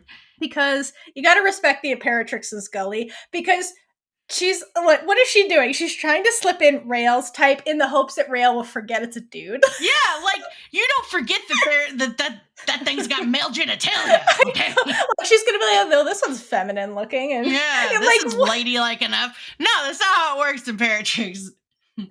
I love that. She's like, well, if I throw this in there, maybe she'll pick a dude. But like, come on, girl. That's not how lesbians work. Do you want me to put in my little observation? Sure. Oh, yeah. Go for it. All right. So while she's going through the cards, I paused on the ones that you could see. And the one that interested me the most was Vesper. Because in the they have these little descriptions below that tell about their family first and foremost. So it talks about their family, and then it kind of gives a little bit of like their hobbies and whatnot. So, yeah, it's Pokemon cards. How do you catch them? Oh, yeah, this one likes lacrosse. Exactly. This one, actually, the one that I noticed that has the hobbies, because Raylla's fingers are kind of in the way, which is not a problem for me. No, girl. Just like something about a golf club, and then one of them, his family owned a bunch of Mexican restaurants in New Mexico. Oh, cool. But cool little tidbits. But the one that got me was the Vesper. His family has a strong naval tradition. Alrighty, yeah. So I guess he's in the army, but his family was Navy. That's all I can surmise from that. Very cool. More world building through the Pokemon cards. I love it. Exactly. Thanks for pointing that out. Mm-hmm. So while Raylla is rifling through this, Abigail is on the other side of the room, just completely distracted, looking through this ancient leather-bound looking book, and she's basically saying like, oh, I just keep failing at everything, and I wonder if this book is some kind of account of like the Battle of Juarez or something to give her clue on Jem's weather work. It's Jem's journal. Is it? Mm-hmm. Oh, for real? Abigail straight up has Jem Bellwether's journal. Where the fuck did she get that? Oh, maybe the Bellwether Library. What do you think? Either the Bellwether Library or she stole it from the museum. I doubt that would be in the museum. If nobody has ever done her work again, I feel like the Bellwethers would hide that shit. So, happy to know I was reading that correctly. All right, so yeah, so she's going through Jem's diaries, trying to, again, recreate the weather work. And it's just not going well for Abigail. And she just, as she says, I keep failing at everything. And she's, again, the weather work, the stuff with the deal, like, she's just not in a good place right now. And Raylla tries to give her a pep talk and leads with, listen, I know that I'm special because of this witch bomb nonsense, but like that was dumb luck. Like I couldn't fail at it. Like a mushroom picked me. What was there to fail at? And like your love life, like you're going to be stronger for going through this in the long run with a deal. Like the same way Tally is stronger for the stuff she went through with Garrett, and I'm stronger for experiencing Scylla. Like you can't look at everything as a failure. Like look at it as a learning experience is basically what Raylla, suddenly the wise one, is saying. And she leaves her with the nugget of like, well, besides, I'm not convinced you and Adil are done. Like, this is just a temporary thing. Who passed Raylla the brain cell? Who gave her the wisdom is my question. Raylla never has the brain cell. I think, yeah, I don't know. She has the swagger, but not the brain cell. Correct. She never has the brain cell. Okay. So after all that, Gregorio breaks up this session by knocking on the door and ruins the moment and basically says, hey, orders are in from the general. Like, we gotta go. And they leave and fix up their uniforms, and Raylla just like tosses this Pokemon card somewhere in the room because like she don't need those things. She don't need to catch a single one of those Pokemon men. So she's like, fuck this shit. And they Pokemon. Pokemon. The Witchymon cards. The Witchymons. Oh my gosh. That was such a I don't know. I want some Witchymon cards of the ladies. Yeah, I'd like to catch them. Thank you. So the reason that we're all called out of the room, and it says that orders from General Alder herself have come down, and they are to go to the testing center and make the new witches feel at ease. So once again, the unit is being called into special assignment with Alder, but this time they're dragging their coven with them. Yep. So they all get to be special. Remember back when M was like, if you're gonna bring intrigue, share. Here you go, M. Yeah, be careful what you wish for. Yeah, there you go. I don't think M regrets a single thing. So no, not at all. I think M is hungering to be in the action. So we got for sure. Abigail automatically in her high Atlanticness is like, I have more important things to do. Can we just not? And M's like, did you not hear me say orders from General Alder? Yeah. And Abigail's like, fine. But everyone starts to leave. Raylla and Tally are pulled back by M because they're special, even more special than the special people. So Raylla's going to be on Alder's personal security detail, we can only imagine, because she could blast everyone out of existence with the witch bomb. Yeah. And then Tally isn't taking the bus with everyone else. Tally has an extra special assignment because of her mentoring Penelope. And then everybody leaves after that. Yeah, my big takeaway from this assignment is that at this protest, the unit is going to be split up. So that can't be good. No. No. So Elliot was setting them up for failure. Or Brian. Mm-hmm. Damn you, Brian. Brian. Alrighty. So speaking of the protest, back at the mob, Anacostia and Scylla are applauding in the parking lot. So they're joining this. They are joining this festivities, if you will. And Mama Costia is fully focused on the mission, calculating the crowd, trying to be a good spy. But Scylla is off in her feels, caressing Raylla's photo. And Anacostia's like, are you going to stare at that all day? Indicating she's been doing this the whole day. Like, this isn't just something she whipped out in this moment. She's been staring at this photo all day. And Scylla obviously isn't in the protest. She isn't in this moment. She's just like, how is she, Mama Costia? Like, you've been on base, you've seen Raylla. Like, how is she? And the desperation in her voice kills me when she asks this question. And it's just so obvious that Scylla's mind is just not here. Like, she today is in her feels, and she's with Raylla, and Anacostia is just like, girl, we are about to infiltrate a hostile mob, like, and this is what you're doing? Like, get your head out of the game. Like, Arsadi's here, he's on the move, like, you gotta focus. And Scylla's like, fine, whatever, and pockets the photo, but I don't think her mindset changes one bit. And they go out. No, the gay feels don't just go away. No, she's got the vapors today, and they're not going anywhere. And she follows, they follow Orsatti out into the crowd. And my favorite lines is they get into the mob, and Anacostia, who again is the base brat, like Anacostia is somebody who only knows the army, doesn't know reality, isn't used to interacting with civilians, gets into a mob of angry anti-witch civilians, and is like, wow, like, this is ugly. And Scylla's like, this is America. And I love this line because it's the truth. Like, it's the truth. Ugly, hostile mobs, that is America. That's so America. poignant. So poignant. It's America. Like, hostility and ugly bigotry is how we all got here. Like, that's why we're here. Like, witch lynching is literally how we got the Salem Accord. This is America. Like, this is reality, Anacostia. Like, this is why I'm so fucking freaked out by all these motherfuckers. Like, they're pissed, and they want to kill us. They want blood. And so Anacostia is having a really harsh reality check in this moment, and Scylla has to flip the roles and calm her down with her wonderful sass, where she's like, hey, mind on the mission. Remember, that's what you just told me 5 minutes ago.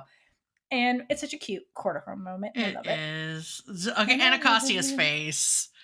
Pretty. Yeah, she's like, it's one of those moments. She's like, I hate that you're right now, but you're right now. So I can't say anything, but also, like, God damn it.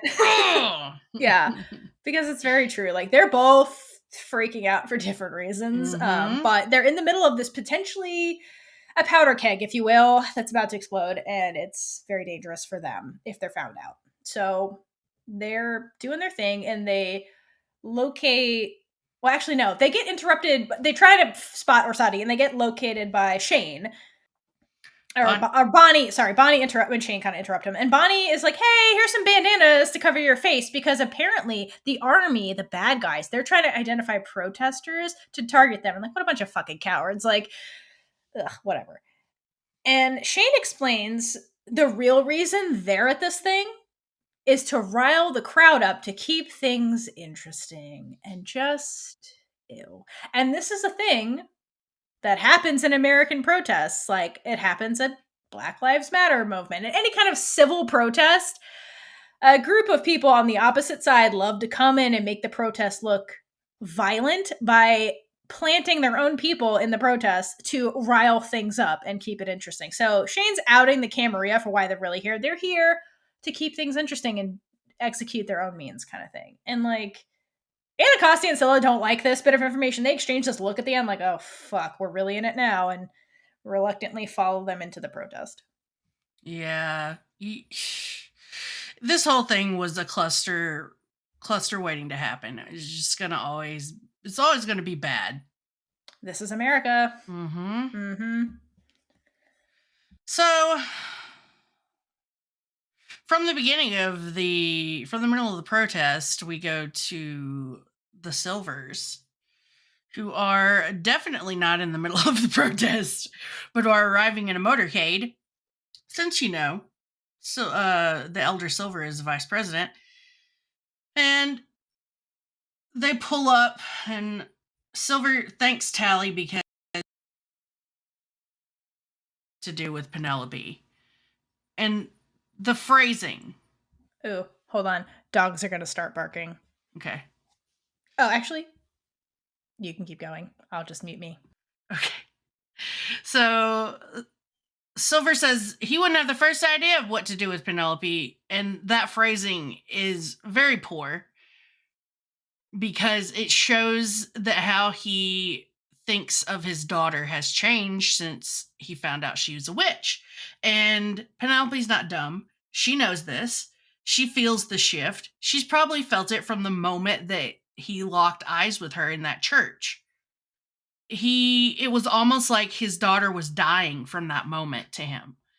And she's absolutely in the right to be upset because of all of this. he's already othering her to her face because he's a bigot and he can't help it, apparently. But Tally tries, ever the like peacemaker, tries to smooth everything over by explaining that both Silver and Penelope are going through this adjustment, and it's hard for both sides.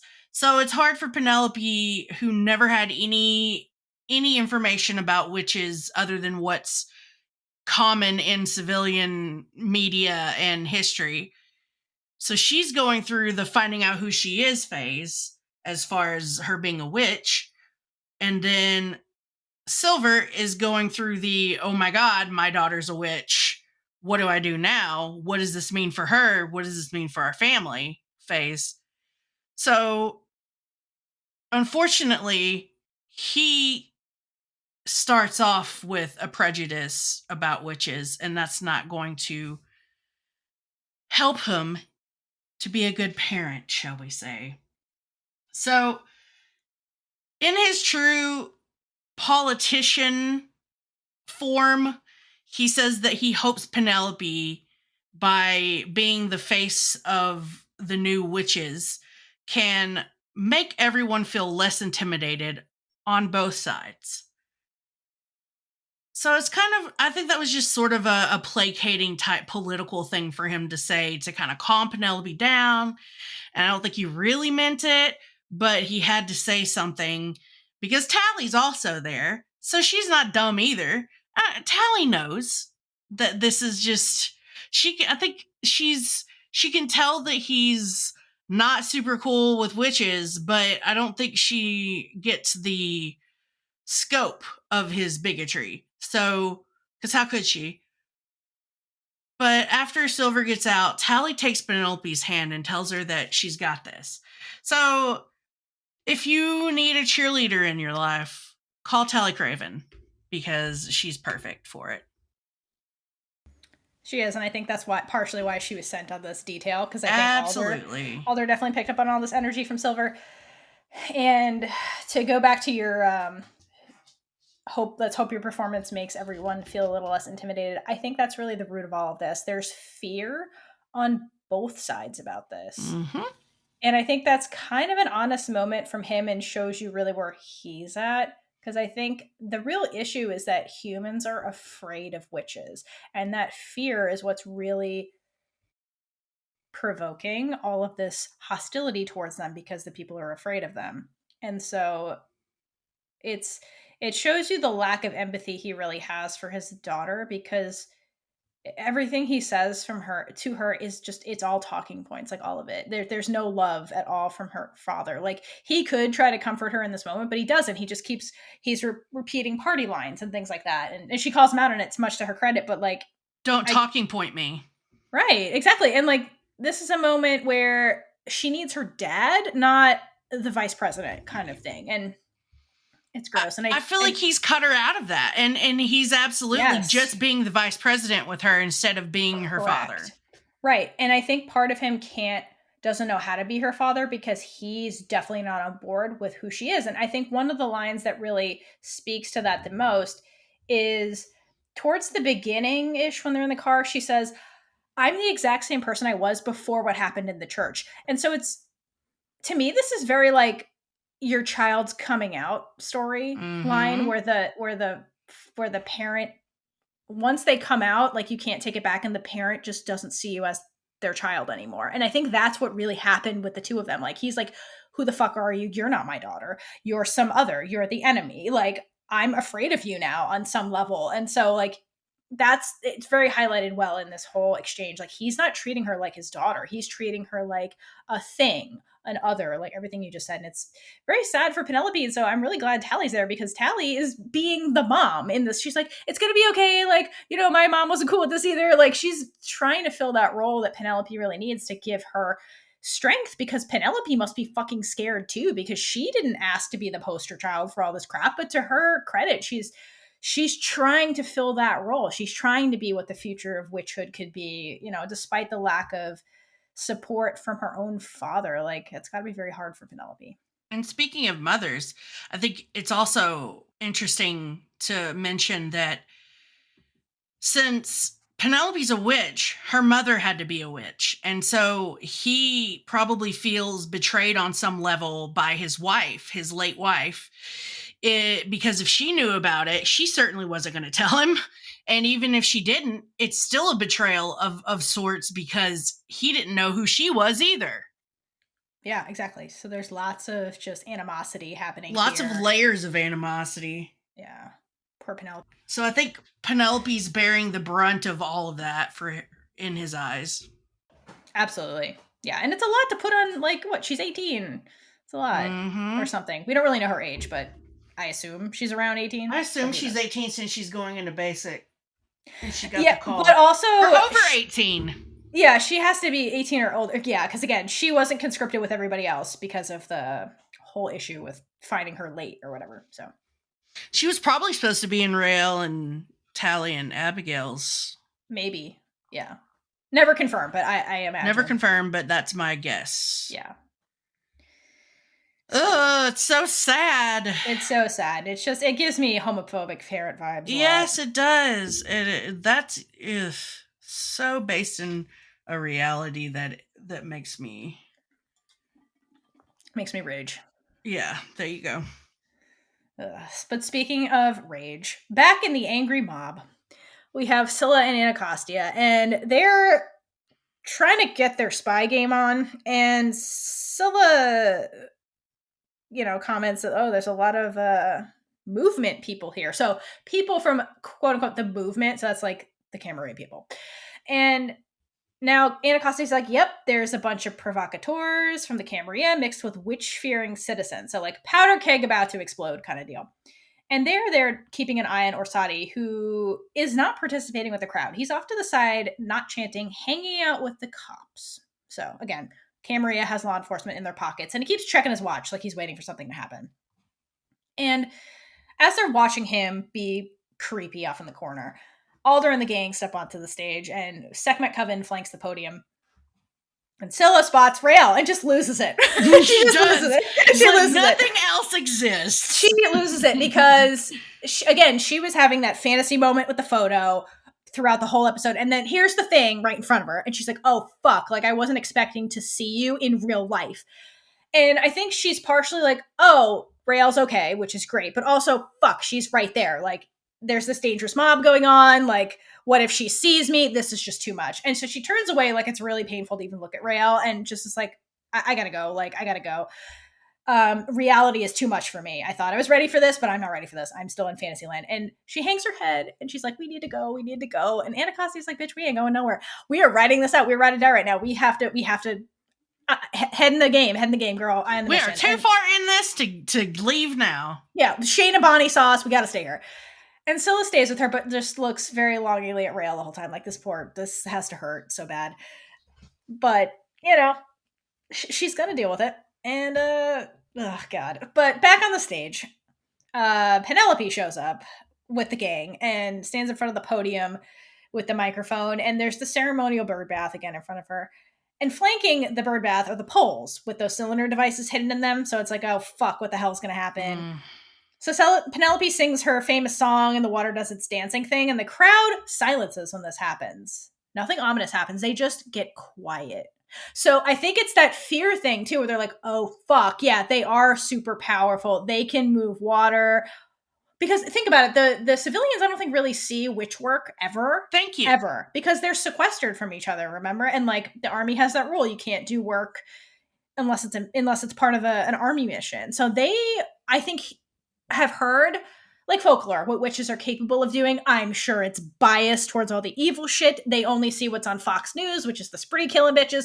So when they see this beautiful water demonstration, they're like, wow, like this is really mesmerizing if you've never seen it, right? So it's like weird to be like, oh, this is beautiful and kind of peaceful, but I've been taught to hate everything you do. So it's this weird moment, but they like pay attention to it, which I think is very significant, and they quiet. And nothing bad happens. And then Alder looks really proud, like, yeah, see? Like, we can do good things.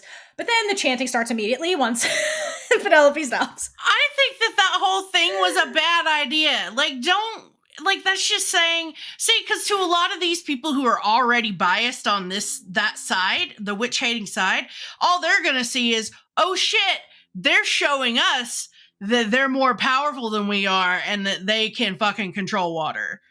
That's what they're getting from it. Right. Not what Alder intended. No.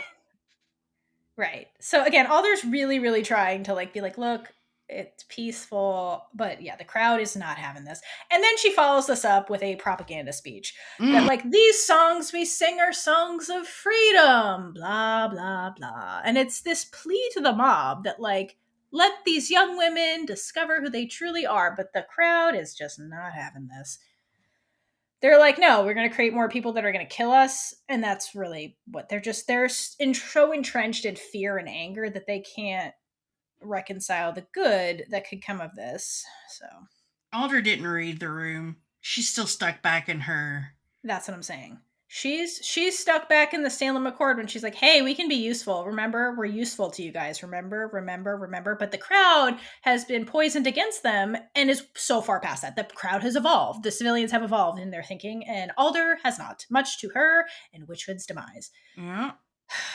But then it cuts over to Anacostia and Scylla. And these messy bitches are out in the crowd, half-heartedly protesting. I love that you called them messy bitches. It's so accurate. They're messy bitches. They're out in the crowd, half-heartedly protesting. And this arm. It's so fucking funny. Scylla is booing with her head down and this fist pump. It's so fucking funny. They're so good.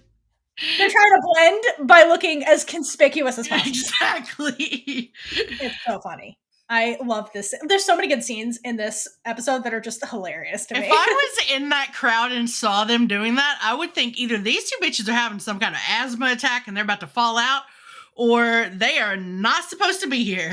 Right, or they're on an acid trip because they're not doing this right. Yeah. They are the oddballs out right now. It's so fucking funny. Yeah. But the crowd is as oblivious as a spree agent on a good day and doesn't notice this conspicuous behavior. And so they continue doing whatever the fuck they're doing. And meanwhile, Alder is getting booed and called a traitor by the crowd. And during all of this hostility, the first prospective recruit shows up. And I think it's so significant that this woman arrives in this black SUV, and it looks to me like a Secret Service vehicle. So meaning that on some level, Alder had to know that there was going to be a lot of animosity towards the women coming to get tested, and so they're protecting them as best they can, hence bringing the witch bomb and all that stuff. And Shane, being the creepy ass that he is, comes up to Anacostia and Scylla and puts his hands on them. If Shane touched me, I'd want to take a shower. Consent's a thing, Shane. What the fuck? How dare you touch either of them? And he pushes them forward, and he's like, time to find your voice, ladies. And it's like, stop being a fucking dude, bro, and get out. He needs to die for that. Oh my god, that made me so guess mad. What? So mad. Just wait an episode. Motherfucker. But anyway, so all this not our daughters chanting is happening while the recruit approaches the stage. And this recruit, leaving the Secret Service van to walk into the testing center, gave me Ruby Bridges vibes. Me too. I was going to say that. Because if you don't know who Ruby Bridges is, Ruby Bridges, back in the 60s? 60s, yeah. When, in America, good old America, when we were ended slavery and we're trying to desegregate schools, the first child to integrate black child to integrate into a white school was named Ruby Bridges, this young girl in elementary school. And when this happened, she had to get off the bus, or whoever dropped her off, and she was flanked by Secret Service people because there was a mob of angry as fuck white people, just like this Not Our Daughters mob, trying to stop this young girl from going to school. And they were so entrenched in their bigotry, they were just chanting and being venomous towards a little girl trying to go to school, just trying to do her civic duty. And that's exactly what this recruit is doing. She's doing her civic duty. Because remember, the law of the land is any witch serves in the army. That's the law of the land. So she's like, if I'm a witch, it's my civic duty to join the army and get tested. So that's what this woman is doing. But she's getting booed and harassed by this angry mob of just privileged people. And it's the same it gave me Ruby Bridges vibes, because that's exactly what that poor girl had to go through, just trying to go to elementary school. And the look of fear on this woman's face is so devastating, because she's trying to do the right thing, but she's scared. She's really scared this mob is going to like come after her. It was 1960. Yeah, it was. This in was New the Ruby Orleans, Bridges. just if you want to look that up. Yeah, this was the Ruby Bridges, brave Ruby Bridges walk. That's why like the Secret Service thing. It's just that's what it was. But much like Ruby Bridges, this girl makes it over to Alder and the gang and gets inside the building safely, thankfully. And like Tally's there to put an arm around her and usher her inside because it's Tally being all sweet. So nothing bad happens to her and she gets inside. And meanwhile, Raylla talks to Alder and she's like looking at the crowd in disbelief and she's like, "Hey Alder, have you ever seen anything like this?" And Alder says, "Too many times, cadet. No matter how remarkable our service, there will always be those who hate us." And that is so the truth. Because remember, the Salem Accord was not really about non-witches accepting witches. It was non-witches being like, okay, I see that you guys could be useful to us. So the whole tribalism thing of witches and non-witches was never solved with the Salem Accord. It was just like, let's be in a symbiosis, a hostile symbiosis state of like, we can be useful to each other. And it goes to show you that people don't really change. Like that tribalist mentality of us versus them just runs so deep. And like, it's been 300 years and Alder made this pact where witches had a place and witches could be out and useful only in the context of the army. And it goes to show you that is still where we're at today, 300 years later. Like you're useful until you're not. And we're getting to the point where like the populace is saying, you're not useful to us. You're killing us. Like we want you gone. Mm-hmm. And then a pair of provocateurs hop over the barricade. One of them throws a Molotov cocktail at Alder. Alder and the gang ducks, and the flag behind them goes up in flames. Thankfully, the provocateur gets tackled by security, because fuck that guy. And then we get this shot where Alder rises to her feet with fire in her eyes, and she growls because like a lion. The subtitles say so, like a angry demon or like a predator, like a lion. Like I don't even know, but it's such a poignant shot of just like that fire and that like symbolic rage against these mobs that she's been dealing with her whole fucking life, and it's just beautiful. I'd also like to point out that Raylla like pushed Alder out of the way. Yeah, she was doing her Raylla was like doing her protective Secret Service thing. Yeah. So yeah, I think that was more of just an instinct on her part. But good instinct, Raylla. Well, and it just shows. I just like that it shows a little bit of her character need to protect, even if she's not a super big Alder stan. It's like her mama. She's a protector. Mm-hmm, she is. All right. So from all of that hot mess, literally, and the sexy demon Alder growl. Yes. We're gonna go inside inside the testing center with the new witch. So we have the new witch on the exam table, and we have an army person examining her vocal cords with a scry. And we find out the girl's name is Shereen, and the woman tells her that she's done testing her, to which Shereen asks if they need to take blood or anything, because she's like, what, you can just look and tell? What the heck is this? This is not how it works in the civilian world. They have to do lots of tests. But no, this is all they needed. What is this witchery? What is this magic? Yeah. It's so funny. But she's funny. being sincere, though. It's like Theranos came in and took a drop of your blood instead of an entire vial. Yeah, she's like, what is this? It's so funny. So Alder comes in and says, we have everything we need, and there's a place waiting for you at Fort Salem. So this young woman is confirmed to be a witch. We have no idea how old she is, but she looks 18 to early 20s. So she asks if there could possibly be a false positive. But Alder says, welcome, daughter, as a way of saying, no, you're definitely one of us, girl. Like, we see those vocal cords. It's so funny. It's like, could this be a mistake? And Alder's just like, welcome, daughter. Yeah, Alder's like, stop. Just don't question it. Yeah, you know what we're doing. Don't question it. Yeah, exactly. Believe me, if you weren't a witch, we would not, like, keep you. And so Shereen goes into this kind of like she's having a heart-to-heart with Alder, who's listening but not really participating. And Shereen says, I've always felt like I was different, and now it all makes sense. Thank you so much. And so this also gives me, like, throwback to coming out as queer back in the day. You're like, oh my God, everything makes sense now. Yeah, no, she's like, she got the vapors and she's like, oh, that makes sense. Yeah. My whole life makes sense now. Exactly. It wasn't a phase. Yeah, exactly. Mm-hmm. So she goes off to tell her boyfriend that she's a witch, and you know, that's the first person that she needs to have a chit chat with, because her life's about to drastically change. Yeah. I mean, she seems very happy about it. And I don't think she realizes how things are about to change for her. I think she's still in the very beginnings of the processing phase.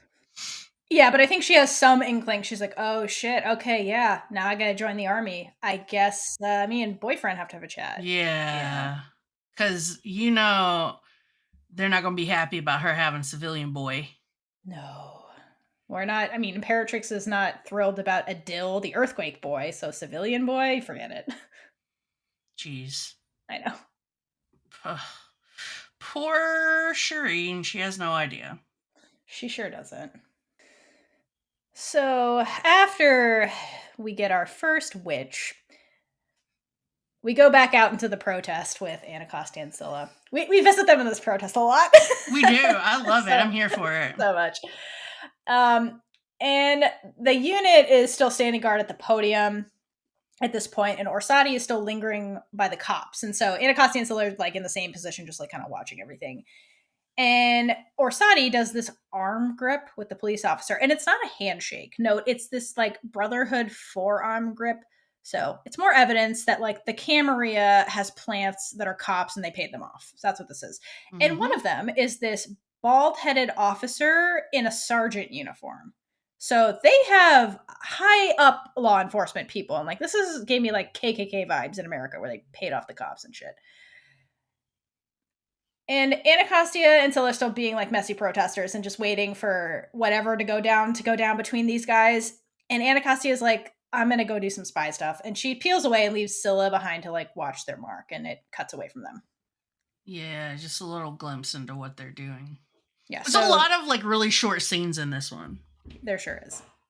So something's about to maybe start happening. Yeah, it's like the anticipation is ramping up. So we go back to Raylla and Abigail, who are in the testing center, and walking with a different new witch, and they kind of like hand her over to some other soldiers who walk her off, and then they observe Shereen hugging her boyfriend and having a conversation with him. And Abigail says that Basic is going to eat her alive. And Raylla's like, just because she's upset about leaving her boyfriend? And Abigail's all dark and still projecting all of her own personal shit on people. And she's like, people leave, people die. Raylla's like, girl, you don't have to be okay about Adil, but I think she's saying you don't have to be okay about anything. It's okay not to be okay. And Abigail's like, I'm not okay. And she tells Raylla that she blamed Adil for the death of the Tarim. And Raylla's like, why would you do that? It's like all of her lesbian Jesus, like, natural ability is just like, girl, you bad at relationships. So Abigail goes on to say she doesn't know why she did it, because Abigail's not very self-aware of all of her issues. And then we cut to Alder, who's getting some far speech from Anacostia, but it's a little bit garbled. So we know Anacostia walked away from Scylla, and it looked like she went further back in the crowd and then kind of maybe to the side. But just so she could far speech Alder. And she tells Alder that the Camarilla has at least one operative on site, and they've put something in motion. and with the movement and law enforcement. So she also mentions, I know I'm probably the last person you want to hear from because we're in a fight, Mom, which is adorable. Literally, that's what this conversation is. That's the energy. That's the energy. Yes. So Alder has the grace to just say thank you. And I think that she really does. She's like, oh, my daughter. Okay.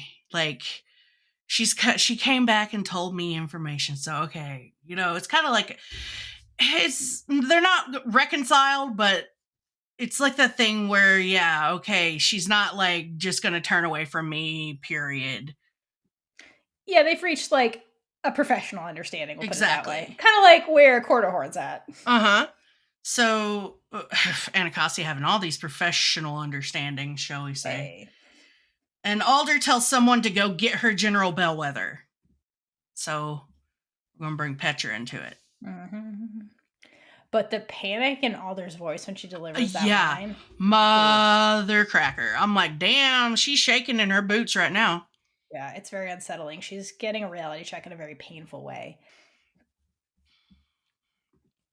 Okay, so we then follow Alder, or cut into the office with Alder. The office assistant goes and gets Petra because the assistants run the whole fucking army. And they're discussing, Petra and Alder are discussing Anacostia's intel. And Petra says they're using provocateurs. That's very modern for the Camarilla. Because, like, yes, like, and why is this such a revelation? Again, given the whole technology with stealing vocal cords and all the crap they've already shown you. But I don't really get it, but okay. So we're finally admitting in this scene that their tactics are evolving. And Alder says yes, which means we need to evolve too. So this is like a mini acknowledgement without actually saying it that, like, yeah, you're right, Petra, you're right. And the bad part is, now that they're in the thick of it and finally stumbling upon this very obvious realization, they can't be proactive anymore about this. Like, now they're in it and they have to just be reactive to this situation where the Camarilla is going to stir some shit up at this, what's supposed to be a pro-witch thing. And so it's going to turn ugly. So the catch-22 that Petra voices is like, well, if we sound the alarm now, then the public is not only going to know that the Camarilla are back, and Alder finishes, but they've got us on our heels. And it's like, yes, they do. Because now you're reacting to them versus being proactive and getting ahead of it like Petra wanted at the beginning of this episode. So they're sharing the tactical brain cell, which is great. And the dilemma really is, like, if they reveal this boogeyman they were supposed to have extinguished, it's like another witch failure. And it makes them look weak and even more incompetent. And that's kind of how the populace sees them now. So Alder's like, fuck, this is going to work against us in the long run. So they ultimately decide to just lie and say it's the spree because the public already hates the spree because the spree's been attacking civilians, i.e. this crowd. That's what's riling them up. But what Alder really fails to recognize is that the public hates the spree because they're witches and now is starting to hate the army a little bit more each time they fail to stop them. So it's like witches not stopping witches. So it's really breeding more witch sentiment, and Alder does not see that, and that's going to have ramifications. Yeah, all she sees is, oh, we'll just use our normal scapegoat. You know, the people that we've been fighting for 5 evers or 20 some odd years. So, girl, once again, read the room. Yeah, I mean, go back to the Bellwether wedding where they're like, well, this isn't the spree that killed all these witches, but let's blame it on the spree. So she's been using the spree to her advantage for a very long time to be this, like, scapegoat, as you said, but she doesn't recognize that that's actually part of the problem. Is it's right. Witches not stopping witches, and that's fueling these mobs to the point where they're actively protesting in the streets, and that's kind of new. Which to you and me is obvious, but for some reason she cannot get in line with this. Alder's still in the past. Like, she's seeing reality very, very slowly, and it's too slow. Mm-hmm. So. Frustration. Mm-hmm. Frustration station. That's where I live.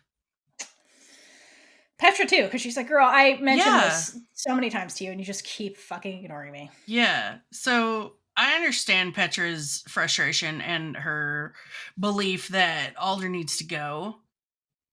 It's just her scheming is so underhanded sometimes. I don't know.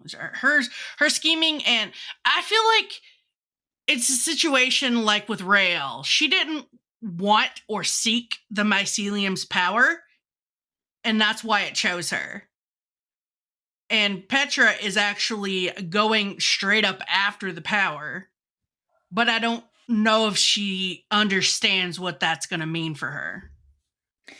Yeah, but I understand why Petra's doing it, because look at all this crap Alder's doing. And it's like, if Oh we no, had absolutely. a different leader, we wouldn't be here. And we're in a situation where it's not like I can wait you out. There is no way to like oust Alder. It's like Alder's here forever and we have to deal with it, but it's coming to our detriment. Like, and there is no like, she's tried reasoning with Alder doesn't listen to her. So it's like, it's a dangerous situation for like all of witches to be in, where your leader is completely blind and unwilling to see reality for what it is. So I get why Petra's doing it. She's like, there's part of it's for the greater good type of mentality that feeds into Absolutely. what she's doing. But also, like you mentioned, there's the bellwether ambition that's part of it too. Like, I should be in charge. I'm capable. And she is, but She's like, capable, but I think that she's going to have to put a lot of, I think she's going to have to learn from Alder and put a lot of her, what's the word I'm looking for? It starts with an A. Jeez, I hate my brain sometimes. Thank you, ADHD. She's going to have to put some of her ambitiousness aside and see things. I feel like she could lead way better if she takes everyone's actual opinions into account instead of just being arrogant about it, because I feel like she has that arrogance that kind of sometimes keeps her from listening to people, sort of like Alder, but not on the same level and not for the same reasons. I think they're more similar than people give the credit for, because Thank you. Alder's literally doing the same thing. Like, that's what got them here. So do I think that Petra, the leadership needed to change? Yes. But do I think that it's dangerous that Petra has that arrogance about her? Yes. Yeah, definitely. No, I mean, to contrast with her with Raylla, like, Petra does want power. Raylla doesn't. Mm-hmm. Raylla just wants a wife and a mortgage. Like, she doesn't want to be here. Yeah, and some ducks, damn it. So yeah, very different headspaces. Oh yeah. So we're gonna go back to the Silvers, who are trying to leave, or VP Silver is trying to leave, but Penelope thinks that she should stay because it's gonna look like she's abandoning the very thing that she's the face of. And she's kind of into the whole I'm a witch now, these are my sisters, kind of this is where I belong. Whereas he's like clinging on to that last shred of this is my daughter and I need to protect her. So he can't protect her after she's deployed and is absolutely under the Army's purview, but he wants her to let him protect her today while he still can. And so Penelope gets swayed by this because, after all, it is her dad, and she really wants to believe that he loves her the same way that he did before, even though she knows that something's changed. So she goes along with him, and you kind of see the conflict in the vice president during this scene, but you know which side is stronger and which side will win. So it's very sad. I really think he manipulates her in this position, because the thing that gets to her is when he uses the nickname Penny. That's what gets to her. Like, she was very much like, I'm not leaving, but he used this pet name, which I assume is tied to like when she was a kid and he was still the father that loved her. And it's this, he was playing on her emotions and like was like Penny, and then she's like, oh, you're still my father, you still care about me. But I don't know, is the motivation here because he is a good father and he's actually trying to use his power and privilege to protect her? Or is it like, I need you later, and so I need you to not die at this protest? That's true. It could be, I think it's a mixture of both, honestly. Just like Silver the entire time. I think it's like the last little, because the man isn't absolutely, I see in his face that he's struggling on some level. Like, what's going to win and what, that his bigotry and all of the things that are surrounding him are going to win because he's not that great of a person. But at the same time, he does have emotions and he has raised Penelope. So, yeah, absolutely. I think you're right. And I think both are right. Ugh. Gross. Yes, gross. But the grossness is not over. So we head back to the protest where M is getting a jumbled far speech from Alder. Did you read the closed captions of what it actually said? Not for this. No, what did it say? It said, "Prepare Sekhmet for escalation." Okay, so the Coven got something that was like, shit's about to go down. But she, whoever was doing the far speech couldn't get all the words to the Coven leader. And M's like, what the fuck is going on? And then this high-pitched screeching noise happens, and the whole, Coven, grabs their ears and, cowers. So it's some kind of thing that's disrupting witch anatomy. And then after this high-pitched thing kind of stops, Abigail gets a far speech from Charvel that says, Abigail, where are you? I need you. And she looks so rattled and starts scanning the crowd in disbelief because she's like, what the fuck? How? And Tally picks up on all this, and I guess they all get this message. It's not just Abigail. Abigail's the one that recognizes the voice. And Tally's like, well, that's impossible that's Charvel, because Abigail tells them, and she's like, puts it together that it must be coming from whatever's distorting the far speech. But Tally can't use her knower powers right now because her sight is screwed up too. So this is the part where I was like, oh, you guys are in danger. You're in danger, girl. And M, being a good leader, leads them away from the stage to kind of regroup in because they're kind of on their own at this point. They can't get communication from higher ups, and they can't use their powers. So something is going on. So M tries to regroup them, and Abigail goes to follow and makes it about a step until she hears Charvel's voice again. That's like, help me. And Abigail must know that this is crazy and knows this can't be real. But that guilt of not saving Charvel the first time during the Bellwether wedding resurfaces. And a part of Abigail would literally do anything to save her cousin. And that part of her takes the brain cell and steers her away in the opposite direction, away from the Coven and the crowd. And so the Coven's going one way, and Abigail peels off to follow Charvel's voice. Bad decision. I mean, as we'll find out. It's not rational, but this whole Charvel thing has been really weighing on Abigail. And, she said earlier, I keep failing at everything. And that failure of not saving Charvel, I think, is this constant thing that weighs on Abigail. Mm-hmm. And so if this is an opportunity to save Charvel again, she's going to take it because she regrets it so much. Abigail hasn't been in rational land with the whole Charvel thing from the beginning. So, I mean, to be fair, that's that's how trauma happens. That's how trauma works. And with Abigail, as we see with Petra, their type of emotion or affection it's not typical. It's not what Raylla and her father have. It's very much oh, did you get straight A's? Great, I love you now. It's not that lovey-dovey familial stuff. But with Charvel, it was that lovey-dovey familiar stuff. They acted like real sisters, like real siblings. And so I think it's her first real heartbreak in a way too. Yeah. That her first time she really lost somebody she actually loved and had that connection with. And so, yeah, this is just, it is irrational, but she really loved her cousin. And so she's not thinking rationally right now. And it's a very human thing. Again, Abigail's very human, even though she makes bad decisions in this episode, but it's relatable, It is. Goes to show that they're not different on that level from the civilians in the crowd making bad decisions. Yeah, we're not that different. We're all human on some level. Come on now. So that voice, Charvel's voice, turns out was coming from a parking garage.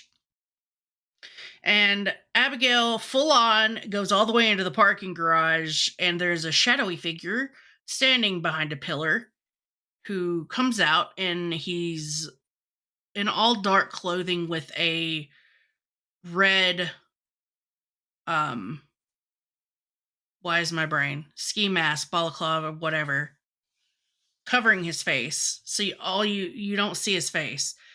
But you can, when he speaks, you hear Charvel's voice, and then a van pulls up with more Camarilla who hop out, and they've got all the chest devices on to keep Abigail from using work. So she just pulls out her scourge. Real quick. There's always a creepy white van, isn't there? There's always a creepy white van. Always. It's one of those, it's the creepy, it's a specific style of van. It's always like creepy. Ford van that's... Yeah. It's never good when you see one of those vans. Run. I love it. There so are two things in life. Nothing good ever happens in the infirmary, and run when you see the white van. Yeah. I love that style of creepy ass van still exists in this world. So thanks for the realism. I love it. Is you're like, anytime you see those vans, you're like, this is going to be really bad. I want to know what rental place has those vans, and do they just like, is there an application process where are you creepy enough to rent this van? Right. Does the government keep tabs on these places? Because creepy shit is always going down with these rental vans. Like, come on now. Jeez. I mean, if I saw somebody with one of those white vans and they're just loading fertilizer up in the back, I'm out of there. Like, yeah, filled with people with face masks on, I'm out of there. Keep your distance from white vans at all times. Yep. Is what I'm saying. But public service announcement from Big Witch Energy Podcast. There you go. Watch out for the white vans and don't go to the infirmary. No, do not go to the infirmary. Go out in the woods with Raylla. You're more likely to get saved. Precisely. So yeah, the scene ends with Abigail not being able to use her work because of the devices that are operating on that pitch that counteracts witch work, but she gets her scourge out because she can use that. Yeah, so good thing they did more hand-to-hand combat training in War College. Mm-hmm. But yeah, this is our first real obvious confirmation that the Camarilla is here and they're going after Abigail yet again. They want those vocal cords and they want her dead so there's no more bellwether babies. Yeah, because if you think about it, these two groups are, well, not really the army yet, but Willa at least. They're trying to do the same thing. They're trying to cut the head off the beast. So the Camarilla is trying to go after the most powerful witches, i.e. the bellwethers. And Willa Cell is trying to go after the Camarilla leadership to cut the head off the beast. So they're both kind of doing the same thing in a way. Right. Yeah. So while this is going down in the garage, the Sekhmet Coven is, they have regrouped and now they're back at the protest trying to kind of keep the peace. And they discover the cylinder devices in those pipes by the bird bath. And they're like, well, fuck. Obviously, this is a bomb of some sort. Holy fuck. And they figure out that the Camarilla planted them because why on earth would the army do this? And who else has technology? Apparently only the Camarilla. Right. So, yeah, because somebody threw a Molotov cocktail earlier. So, like, the technology is pretty low at this thing. So, M's like, all right, great. So, the Camarilla is who's here. We can't communicate with anyone. We have to, like, be on alert. So, she orders them to move into the crowd and, like, get the crowd away from the bomb. Like, hey, we're here to keep the peace. Like, we got to protect these people. Even though these people want to kill us, like, let's try and save them. But this angry witch crowd is like, bossy witches, fuck you. And so they don't move. They just keep chanting and being horrible. And Tally and Raylla go into the crowd saying, get back, get back, get back. But nobody budges. They just keep chanting. And Raylla runs into Shane. Creepy fucking Shane. And this motherfucker goes off on Raylla.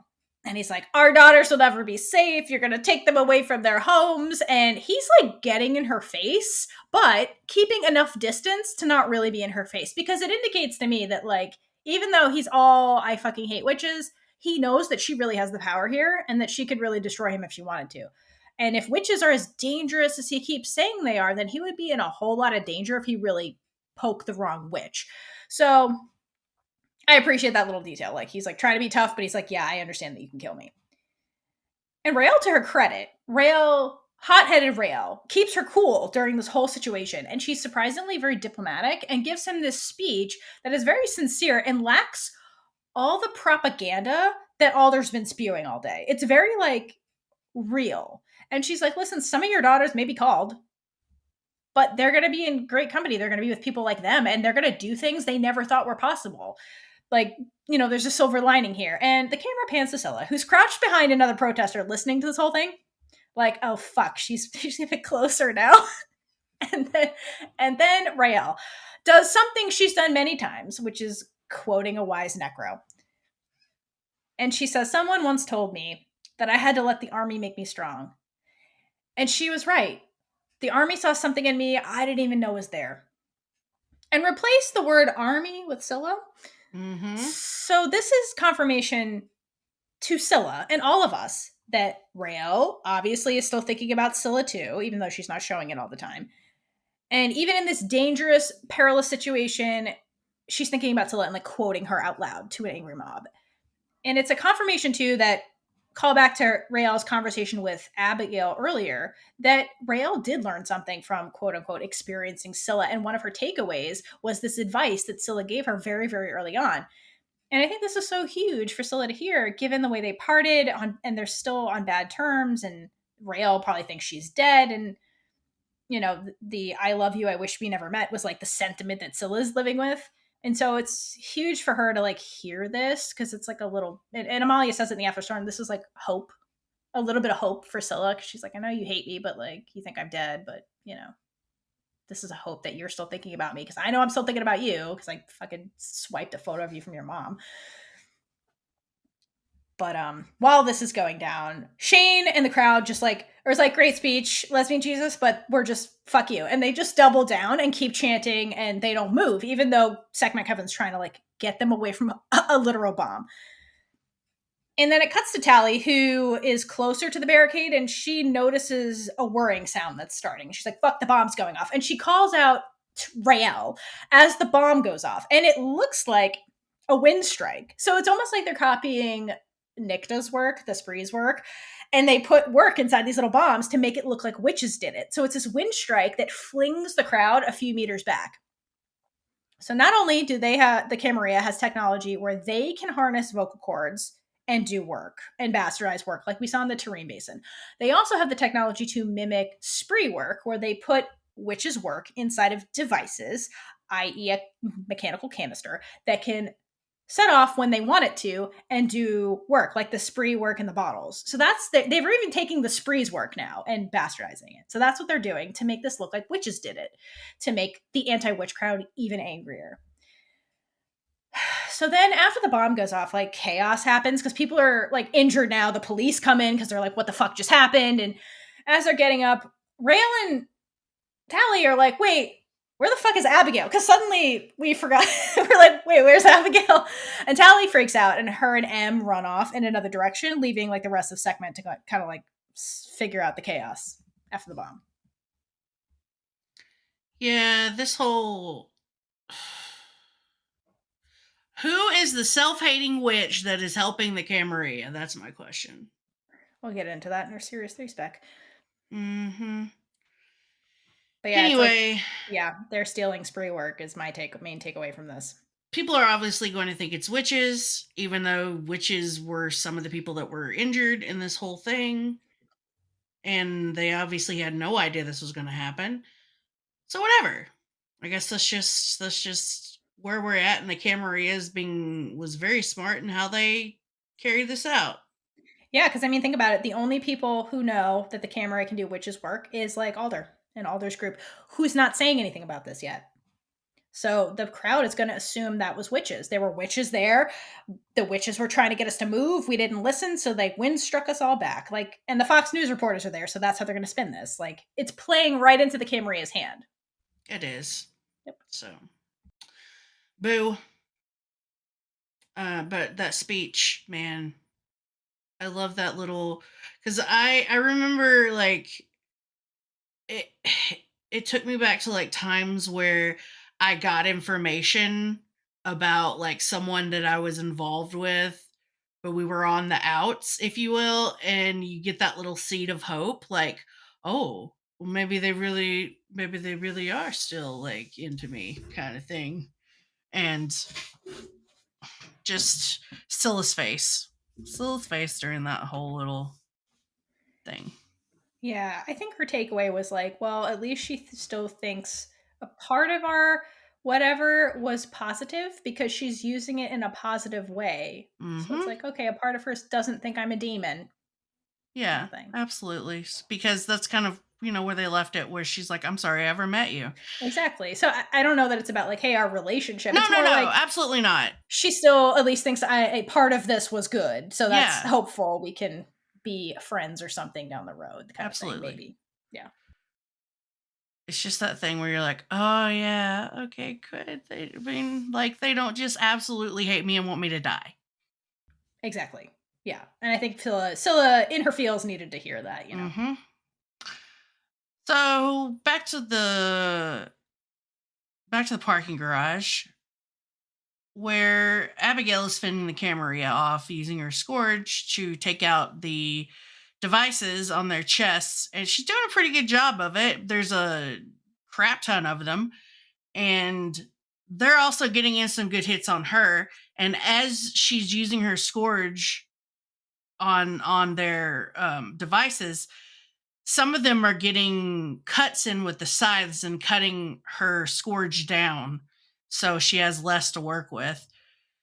And she eventually gets down to the point where the scourge is pretty much useless, and she tries to use her work again, but they surround her, and some guys like pull her down. And then the man that has Charvel's voice comes up to her and pulls off his mask to reveal a very creepy fellow that says, my voice was easy enough to slice out. I can't wait to see what he can do with yours. So he's speaking with Charvel's voice as Charvel, which is even creepier. Yeah. Anytime someone speaks in a different perspective than their own and they're being creepy, it makes it even creepier. Yes. So the dude's very good at being evil and creepy, and then he goes to use his own voice and pulls out a scalpel and even more creepily says, sing for us, won't you? Yeesh. Ugh. And then he cuts her neck with the scalpel. And then my brain goes to, from, oh my God, I'm creeped out, to, bro, seriously? That's how you about to try to harvest her vocal cords? You're going to cut her when she's like wriggling around like that? I mean, does this not fit with our spree discrepancies from the Bellwether wedding? Yes. How they're stupidly harvesting cords. 0 out of 10 for surgical skill, sir. Jesus. Sweet lesbian Jesus. So stupidly, that checks out. Yes, that right. Just right along with the rest of it. But I don't know how they got any good vocal cords out the way they do things. But seriously, fortunately, Tally and M show up and wind strike the creepy white van right into the fray, stopping him from cutting Abigail any further. And then M says, I'm going to enjoy this. And then you're like, oh! I love that line. M! Woo! With the swagger, you're like, yes, damn. Fuck them up. They are sexy a hell as they do this. And they just get ready to jump in and start beating the crap out of all these Camarilla people without even taking a hit. So it's like easily wiping the floor with them. And Tally goes straight to Abigail and holds her and is like comforting her. M's like, it's cool, I got this. Takes everybody out, except for the big bad guy who's run away. Typical. So Abigail is once again safe, but also re-traumatized. And this time has the physical, almost got her vocal cords cut out situation going on. Yeah, Elliot didn't write this episode, so they're like, let's torture. Brian's like, let's torture Abigail and give Raylla a break. We'll give Raylla a break. We'll have her do a nice speech. be kind of the support in this episode, and we'll torture Abigail some more. And Abigail is gonna get traumatized forever. So yeah, Yeah. that's where poor Abigail's at. But thank you, Em and Tally, for showing up, because that could have been real bad. Yes, it could have. And I'm really glad that Em got to show their absolute badassery. Yes, that is the word, badassery. So go Em. Good leader. Excellent leader. So while that grossness is happening, we're back at the protest is still happening, and all hell has broken loose since the bomb went off, and it picks up where like Raylla's kind of like getting up and collecting herself, and she's pretty dazed and just like walking through this sea of the bodies in various states. Like some people are injured, some people are just pissed off, some people are like trying to flee, and she's trying to take stock of what the fuck is happening in this aftermath of the bomb. And meanwhile, Scylla is across the crowd, staring directly at Raylla, just like out in the open, because she's a terrible spy. And also because she can't believe that this is real. So she's just like trying to drink in every second of reality, and like Raylla just existing in front of her. And the yearning is so good. Oh, yeah. But of course, we can't have nice things forever. So Anacostia runs over and she's like, listen, girl, we gotta go because this is getting bad. Cops are arresting people. Like, we gotta go. And Scylla's like, sure, And Anacostia just like runs away, which like, Anacostia, come on now. Anacostia runs off, and Scylla takes one last look at Raylla because she can't help herself. And meanwhile, Raylla is getting her ass beat by some hooligans. And some dude like shoulder checks her. Another one hits her in the temple with a rock. What the fuck? Yeah, where did call back to those stones? Like, yes, like stoning witches and stoning dangerous, bad, immoral women. Like, yeah, jeez. I hate the symbolism. But yeah, some dude hits her with a rock, and we don't see the perpetrator, but it's such a cowardly thing. My money's on Shane. He's like, I can't best this woman. I'm gonna throw a rock at her. So fuck you, Shane. And while Raylla like inspects the wound a little bit, and she's like seeing the chaos that's happening, she notices something she wasn't expecting amongst the sea of police brutality. And there's Scylla staring at her, or somebody who looks a lot like Scylla, because she got the bandana on, remember that. But her blue eyes are invisible, and the blue eyes are calling out to the little bowerbird, and Raylla gets into this trance when she sees her, and she's like, oh fuck, like she doesn't see anything else. And this is the moment we've been waiting for since the Series 2 trailer was released. Mm-hmm. We're like, oh, they're gonna stare at each other, and they do. They stare. But unfortunately, it's over in like the blink of an eye. And some dude shoulder checks Raylla, and she stumbles backwards. And when she goes to look out into the crowd again, like Scylla is gone. But Raylla's still in that trance of like, wait, was that her? Was that not her? What the fuck is happening? And she tries to like go after the Scylla figure and is stopped when she finds the creased childhood photo of herself, because Scylla is terrible at holding on to sentimental gifts. She loses them 20 minutes after she gets them. This is instance number 2 of her doing that. Remember the bird skull boutonniere? Now she's doing it with the photo. She's so bad. Never give her gifts because she's going to lose them. Like, but was it on purpose? That's the question. Did she lose it on purpose? Like we believe she did with the bird skull boutonniere as the breadcrumb for Raylla? Absolutely. I think she did. Of course she did. Because that shit was in her pocket. How the fuck did that fall out of her pocket? Come on now. She's been in this mob the whole time, and it doesn't fall out. She's had her hand on that freaking photo as much as she could, caressing it. She's not going to just let that photo fall out of her pocket. No. But Scylla does have a theme of losing gifts. Yes, she does. But Raylla now has this photo of herself as a child, which there's only so many people that would have this photo. And Raylla's like, what the fuck is this photo doing here? And she's left with all these questions, like, was that really Scylla? If it was, what the fuck is she doing here? She's supposed to be in the Caribbean, like being tortured. And then where the fuck did this picture come from? And why is it in the middle of this anti-witch rally? And so Raylla is just so confused at the end of this. Yep. And we're confused with her, except not, because we know where it came from. Yes. We're sad for her, because we're like, oh, baby, sweet baby Jesus. Sweet baby lesbian Jesus. Hydrate for lesbian Jesus. Hydrate. So we go from the gazing to Alder and Petra. And we hear on the news that everyone thought the attack on site was the cadets, but it's since been attributed to the spree, so their lie is spreading. Don't you love how Fox News already spins the story? They're like, yeah, we knew it was witches this whole time. Exactly. But it's not the witches we thought. Like they already were writing the story. They're like, we thought it was the cadets, but it's the spree. Like they were so gung-ho to blame the witches from the get-go. They're like, makes sense. Exactly. So Isadora apparently is on the Camarilla mines and is trying to figure out how those work, because it's Isadora and that's who you pass on that information to figure everything out. Hold on. Okay, we have to stop here. This is the what was Isadora doing off screen moment, because oh, here we go. Because think about what just got delegated to Isadora. They just gave Isadora a bunch of little cylinder bombs to work on. Isadora's a necro?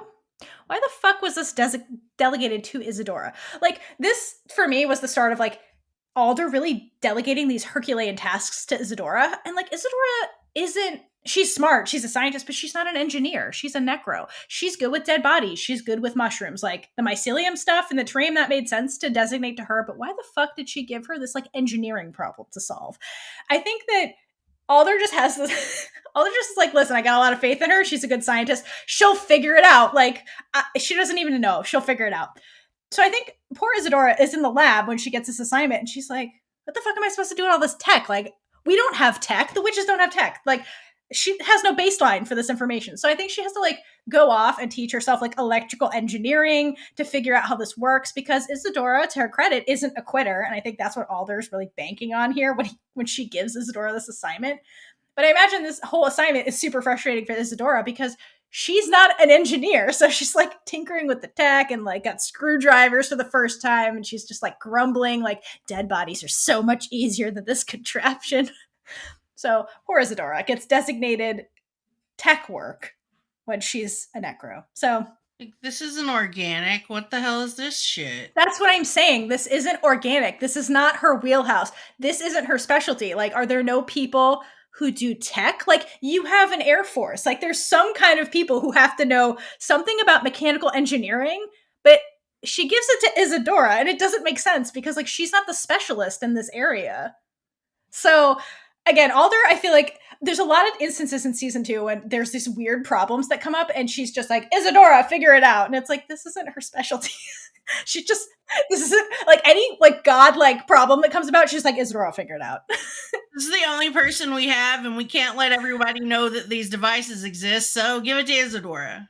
Yeah, but, like, they couldn't, there's nobody else who had some tech experience. They gave it to Isadora. Very weird, but to her credit, Isadora's off screen. You know, she's digging through mechanical engineering books. She's probably consulting people in the Air Force. Like, she's not a quitter, but weird that she got this task. She had to send someone to, like, Best Buy to get a screwdriver set, like a mini screwdriver. That's what I mean. She's like, what are these human tools? Like, she had to figure out so many things to figure out the cylinder that's just that aren't in her lab. They don't have tools in the lab. They have mushrooms and scalpels and a morgue. Like, why was this sent to Isadora?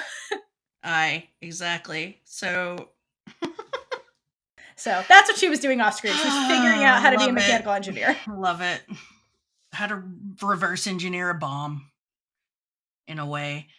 Yeah. But so Petra is hella worried about the fact that they're after Abigail again, and they actually got to her this time. So not only is she hellbent on revenge, she's also scared to a large degree. And Alder tries to calm her down by saying, I know you want blood, so do I, but fighting angry doesn't do us any good. And then tells Petra to make sure Sekhmet knows that too, and that the truth about the attack is need to know. So she just expects Petra to be chill, and all of the cadets and Sekhmet to be chill with her big lie and everything that's going down. She just expects them to fall in line. You know who in Sekhmet is gonna love this lie? Tally. Tally's gonna love this because she's already wading through Alder lies. So like, here's another one. Like, come on, Alder. Yep. What can you do? What can you do? But what I'd like to point out here is this. It parallels again what happened with the Bellwether wedding when Isadora was working on dead bodies, something she's trained to do, and was like, "This was witches. This was the Camarilla. Clearly, the spree doesn't do this." And they put this together, and Alder's like, "Tell no one." But it was just in that moment, the only people that knew was Isadora and Petra. So like, it's two people, and she's like, "Need to know basis. You two know. Don't tell anybody."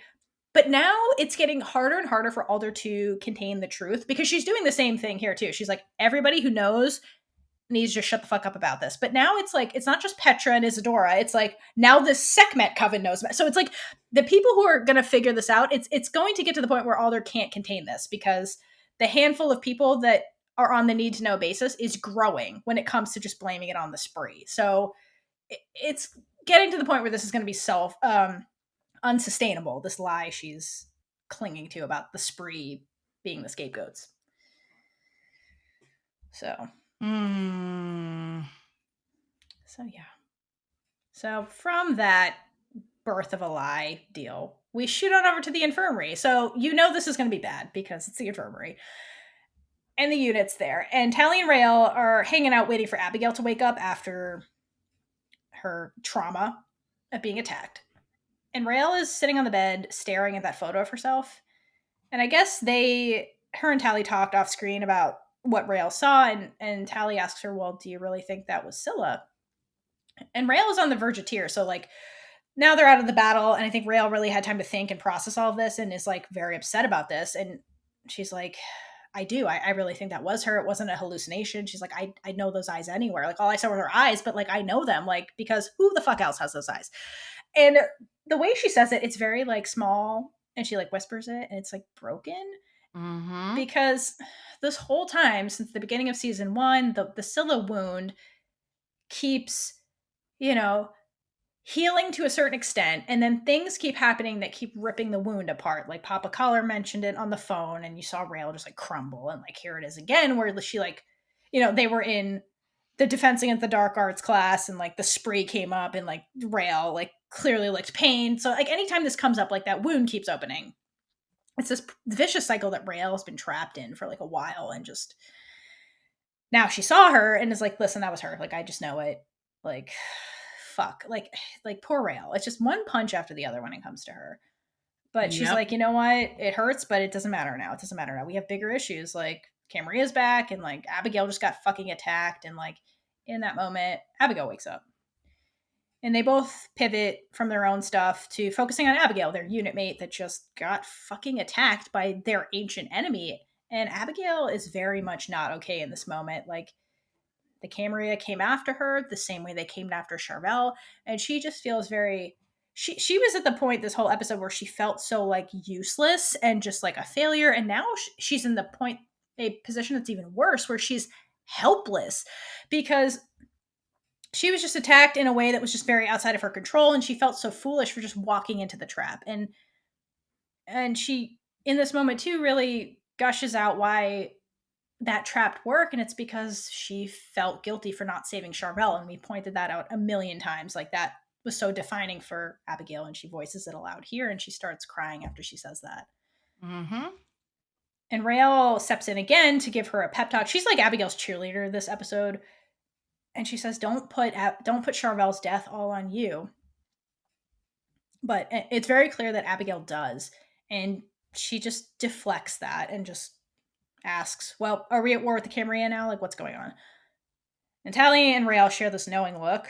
And Raylla's like, well, Alder is telling everyone it was the spree to keep panic from spreading in the witch community, which is the propaganda line Alder keeps giving for this behavior. And Abigail gets so mad because call back to earlier when they were in Alder's office and they came back, they were getting debriefed from the tree mission, and Abigail's like, it's the fucking Camarilla, we have to go after them. And they're just like, no, calm down, whatever. And she's like, I was upset about this. I was the one that said we need to go after the Camarilla. And Alder told me to let it go. She feels so betrayed. Like, I was told it's not a big deal by my commanding officer, and then they just came after me and tried to kill me. And she says it's just one lie after another. And she rolls over. She's like, I'm done. I can't with this. And Raylla and Tally stay there, and Raylla whispers to Tally, like, they're hunting her. And that's a very scary position for Abigail to be in, and kind of similar to what's going on with the Tarim and Adil. And so they're going to have some stuff to bond over. But the root of this is what, the Alder lie. And Raylla says all Alder does is lie. And Tally says Alder does what Alder does. It's always someone else's life she's playing with. And it's true because, in a sense, Alder is the top of the food chain and does make decisions that affect everyone else's life. And that is the perception they're having about her. And Tally is just so pissed because it's one lie after the other. And she just gets the fog out of her mind, and she takes all this pissed off energy right out of the infirmary. Yep. She's the one with all of the big witch energy at that moment. Marching through the storm. And where does she go? Right into Alder's office, who's enjoying a nice glass of whiskey. With her hair down. Oh, ooh. Different side of Alder. Ooh. Yes. As soon as Tally walks in, all of the biddies hiss. It's like the big hiss. Not just a little hiss. They can sense the energy, and it's just hiss town central up in there. Yeah, Tally's energy is palpable. So the biddies are like, what the fuck is all this? Exactly. And Alder kind of is like, also, what the fuck is all this? Because she's looking at Tally, and Tally's just like, who's Nicta Patan? Yeah, who's Nicta? I need answers.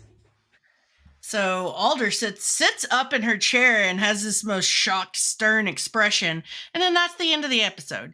Yeah, because homophobia. Exactly. So Tally goes to confront Alder, and we get end of episode. How dare you cut away from that scene? Because the energy in that room was incredible. So intense. So intense. And Alder's got her hair down, and it's just, please let that play out. But, yeah, like, poor Alder. Theora wants to be a fly on that wall.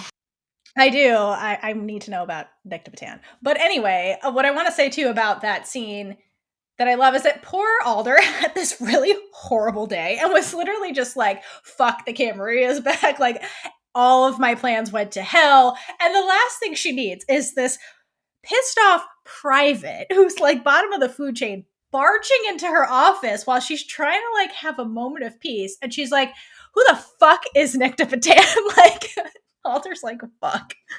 Like, poor Alder. Like, she's having the worst day ever. What now? Like, the last thing she wants to think about is the other, like, horrible decision she made that impacted all of this. And it's like, God damn it. It's poor Alder. I feel so bad. But, Tally wants answers. She's there for answers. And so she will get her answers next time. Kind of. Next time. It's going to be interesting because nobody talks to Alder like that. No, nobody brings that energy to Alder that isn't Khalida. Truthfully. And Tally does not have the power of Khalida, so she sure doesn't. she's acting like she does. Acting like she does, and she's, I think, I don't know that if it enters her mind, she's just kind of, she's going to benefit from Alder's affection for her. And yes, let's put it that way. Yeah. Woo. What a ride. Main takeaways. Yes. So, Alder's in her little bubble of the past. Adil is leaving for India to go settle the survivors from the Tarim. And one imagines that he's kind of implying, well, maybe I'm not coming back. Pretty much. Abigail is in PTSD land and not really self-aware of why I think she's like stumbling around between all of these emotions that she has going on and all of this trauma, feeling responsible and guilty for Charvel, being hunted by these people, people trying to force her to get handfasted and have babies. Everyone is just either up in Abigail's crap or dead to her. Like, that's where she is right now. So she does the thing that humans do and push the one person closest to her away, which is Adil.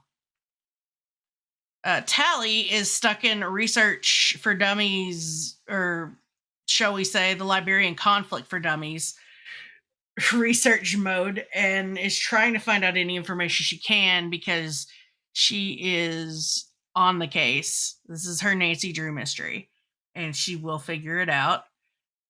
She gets a couple of questions in to Petra, which perks Petra up about the whole Nick de Batan thing. We've got Raylla Raylla this episode was just vibing for most of it, being cheerleader, chilling, looking at her Witchymon cards, and then she gets a shocker later on in the episode when Scylla shows up in the same place that she is, and they have the super gay eye contact for a hot second, which probably in Raylla's mind, everything slowed down to like like negative 0.5 seconds, and that eye contact lasted way longer for her. But so now she knows that not only is Scylla not dead, not in the Dominican, she is around close to Raylla and out at a freaking protest for the army opening a testing center. Well, that was Mother Abigail Bellwether outside my window. Jesus. She don't like all this shit you're saying about her. She's like, I am not weak. Yeah, Abigail didn't like that because there's a storm. So, yeah, that was Raylla's experience. Scylla is trying to be slick and steal pictures of her lady love and pining over them. Basically teaming back up with her BFF and chasing down the Camarilla in their mission to out all the witches. They're doing a pretty good job, actually, so I can't fault them for their operation, shall we say. Yes, thank you for your service, Willis Cell. Mm-hmm. Thank you for actually getting shit done and saving everybody's asses. Yes, thank you. Mm-hmm. So, again, put a pin in the whole Willa and the mushrooms thing, because we're going to have to come back to that. Absolutely. Petra is frustrated with Alder, really upset by the end about Abigail being attacked, and she's coming to the point where she's got to do something. So keep that in mind where Petra's concerned. We get to see M be a badass and actually fight, rather than crack some really cool jokes about Raylla's hair, which I still appreciate. So Orsatti was going to give the hearing test results to someone up the food chain in the Camarilla, and we don't know who that is yet or what was going to happen with that, but we do know that he is on the move. The Camarilla have the cops in their pocket, especially one cop who looks to have some kind of authority in the sergeant that he had his bro handshake with. VP Silver is still a bigoted douchebag that is not in with loving his daughter since he found out she's a witch, and he's obviously playing her, and he's going to use her in some way, shape, or form. So we have Alder lying about the whole who attacked the testing center. We're dropping back on our using the spree as a scapegoat, and denying that the Camarilla are as advanced as they are. Like we said, she's stuck in the past. And we have a new villain. We don't know his name yet, but he seems relatively important since we get to see his face and hear him creepily talk to Abigail and cut her throat. So he's obviously the one that's been doing the actual extracting of the vocal cords. So we'll see him again. Then we've been splitting the unit apart up until this point, kind of fracturing them in different directions. But towards the end of this episode, they kind of, like, Abigail's still out, but we've got Raylla and Tally coming together. So they're putting the pieces together of everything that Alder's been up to, and that has brought them closer. So they're actually having a connection, whereas Abigail is like done with everything right now. And then Tally grabs her iron ovaries and walks straight up into Alder's office and asks about Nyctopatan. So there you have it. And last thing I'd like to note that I think is an important takeaway is that this Not Our Daughters movement is growing and getting to the point where they're doing open protests, which is significant because it goes to show you the state of America and how witches are being viewed at this point in time. And I think it's getting to the point where Alder really can't ignore a lot of this stuff anymore, and she really has to face reality of what the populist sentiment is towards the witches. And she can't just get out of this with like propaganda videos and things like that. So the situation is escalating is important. That's a big, big takeaway from this episode. Yes, it is. Yeah. So with all the stuff that went on this episode, who do you give Biggest Witch Energy Award to?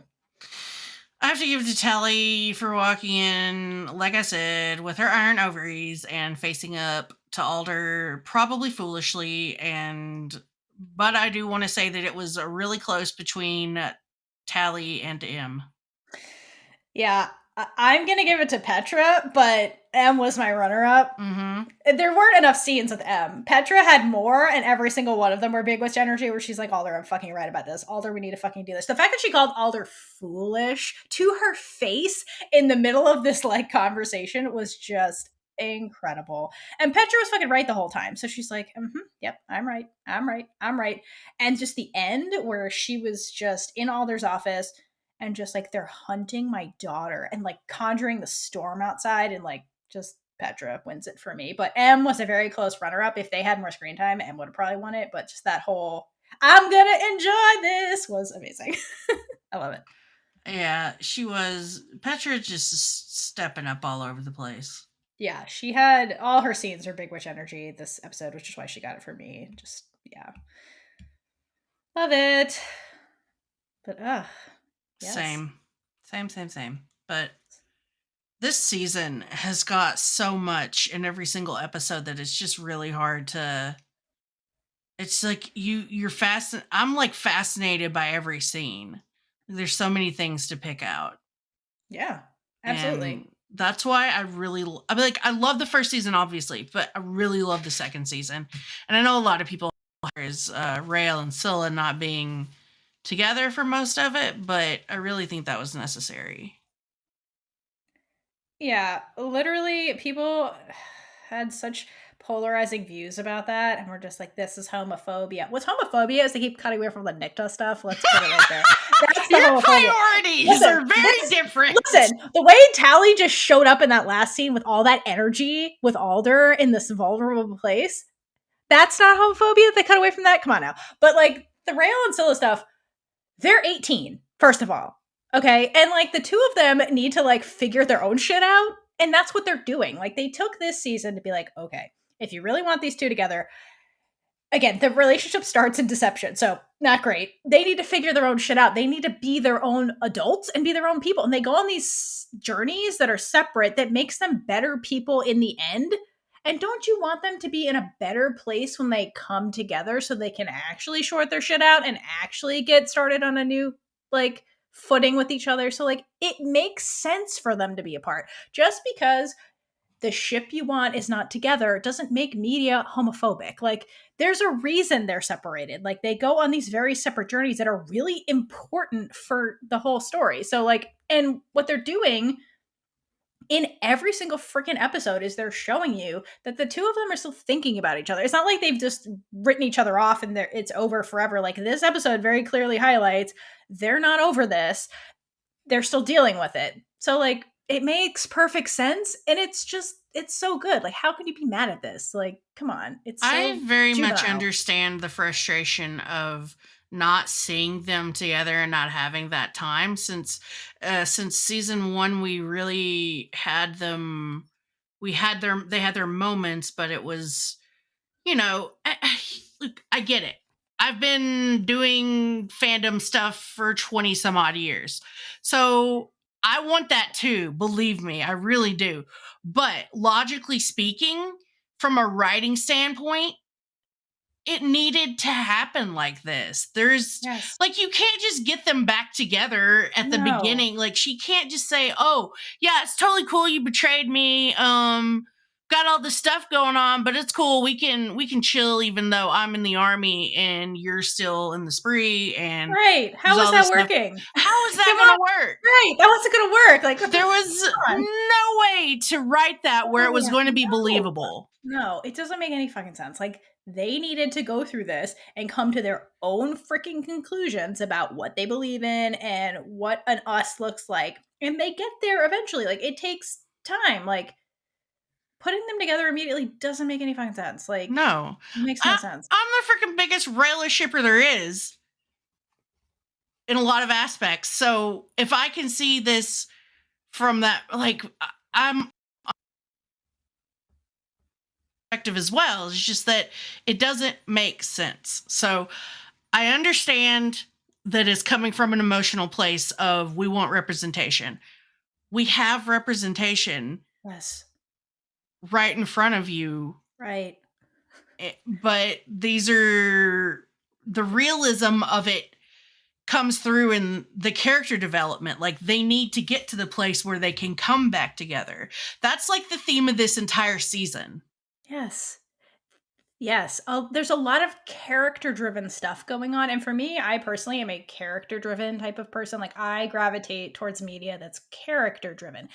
And Elliot spent a lot of season 1 doing a lot of plot stuff. And there's a lot of plot stuff happening in season 2. He's also doing his world building. We're getting into the Camarilla. But in terms of our characters that have been established, he's really building their character. And you see, like, take where any of the unit members and anybody from season 1, they are not in the same place that they were in season 1 when we first met them. Like, they're completely different people. Like, they're changing and evolving. Like, that's how it works. And so he's doing very good storytelling here. And again, just because your ship is not together doesn't make it homophobic. The characters are still queer. That hasn't changed. In fact, we have a non-binary character. We have more queerness happening. Just because they're not making out with each other all the time doesn't make it homophobic. Like, you have to separate those two things. They're doing storytelling and they're doing character building. And again, it makes it a better story when they do come together because they're in different places. They've had time to process things. Like, come on. Come on. I don't get it.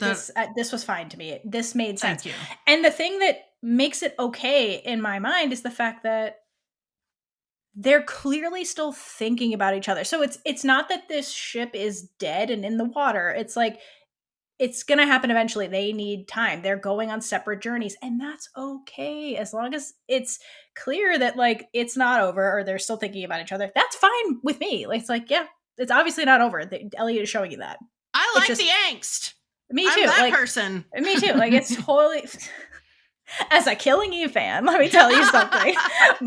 As somebody who's spent 4 years watching a show that's literally character driven about two women who clearly just want to fuck each other, and they still haven't. It's spoiler 4 seasons later, but like, it's an entire show that's like dedicated to these two people who clearly think about each other all the fucking time, and like, that's the fun of it because And that's what's happening here this season with Raylla and Scylla. Like, they're just going on separate journeys and they're becoming different people. So when they meet, it's more satisfying in the end. Like, putting them together too soon, which wouldn't work. Like, look at where Raylla's at. Like, she's saw Scylla once and she's crying. Like, there's no way you're putting them together. Like, she's not over it. She hasn't processed all of this. Like, she's not in a position to talk to Scylla, and neither is Scylla. Like, when Scylla saw Raylla, she's just like, fuck. Like, her instinct was to run away. Like, they're not there yet. Like, it wouldn't end well. It would just be another powder keg situation where they're too emotional to talk to each other. It wouldn't end well. Like,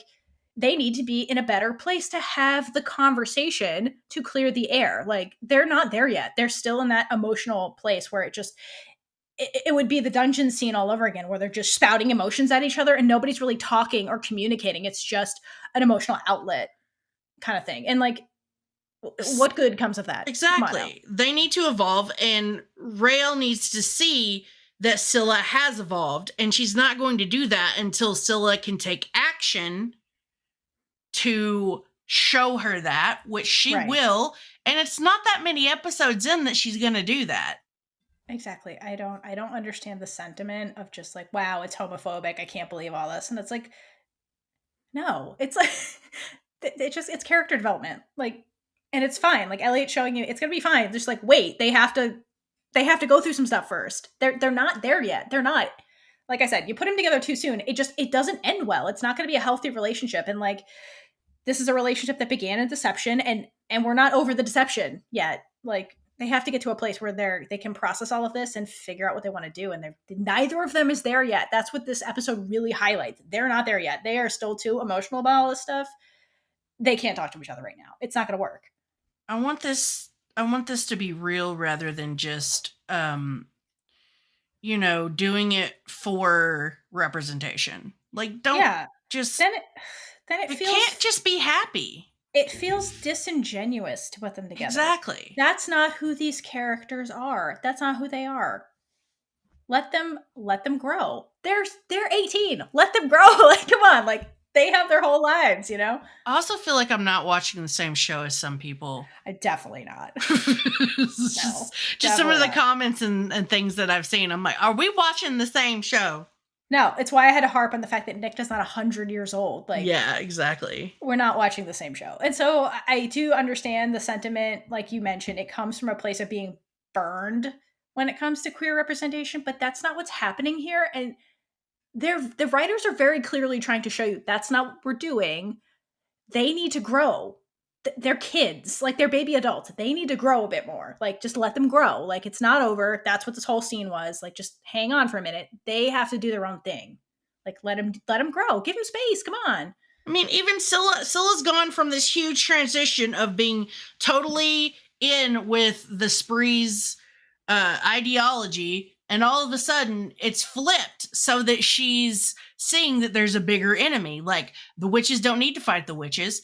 The witches need to fight the entity that is trying to eradicate them through genocide.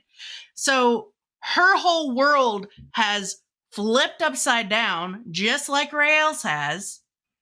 And she also has to deal with the fact that her future mother-in-law has probably looked through the Spree mirror in her room and seen some things. She's been scarred for life. Those are facts. Like,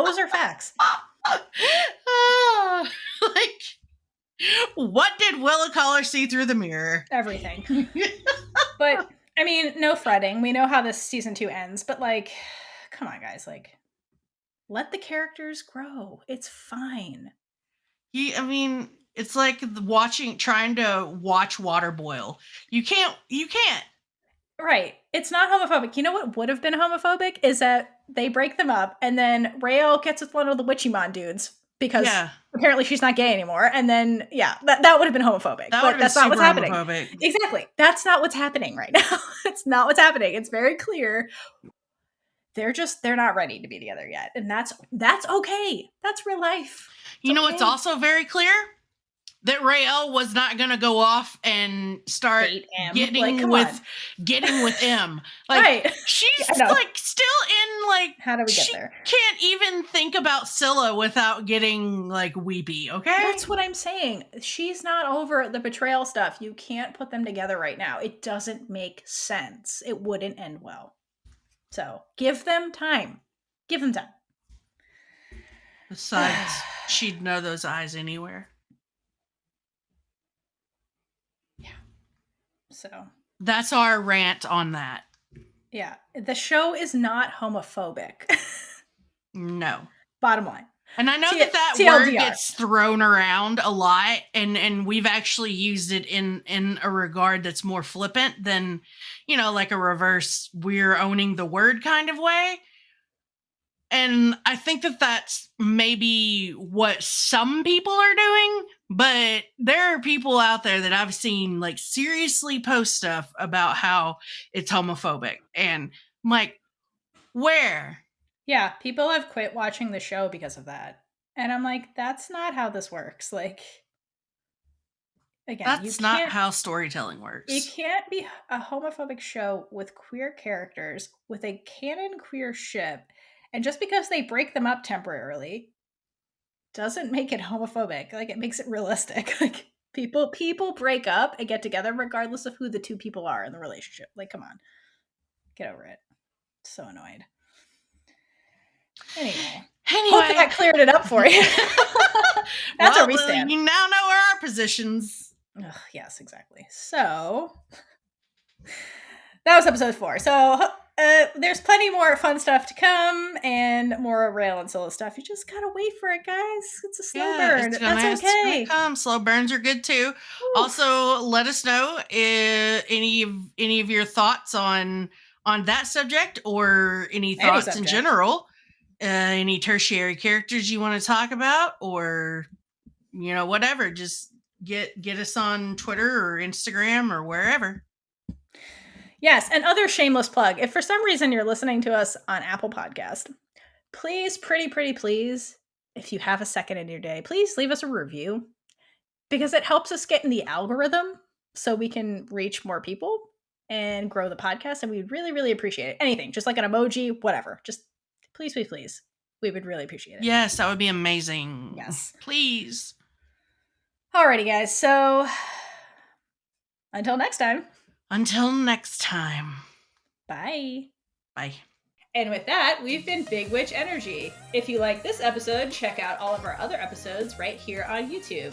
Please like, comment below, and subscribe for more amazing content.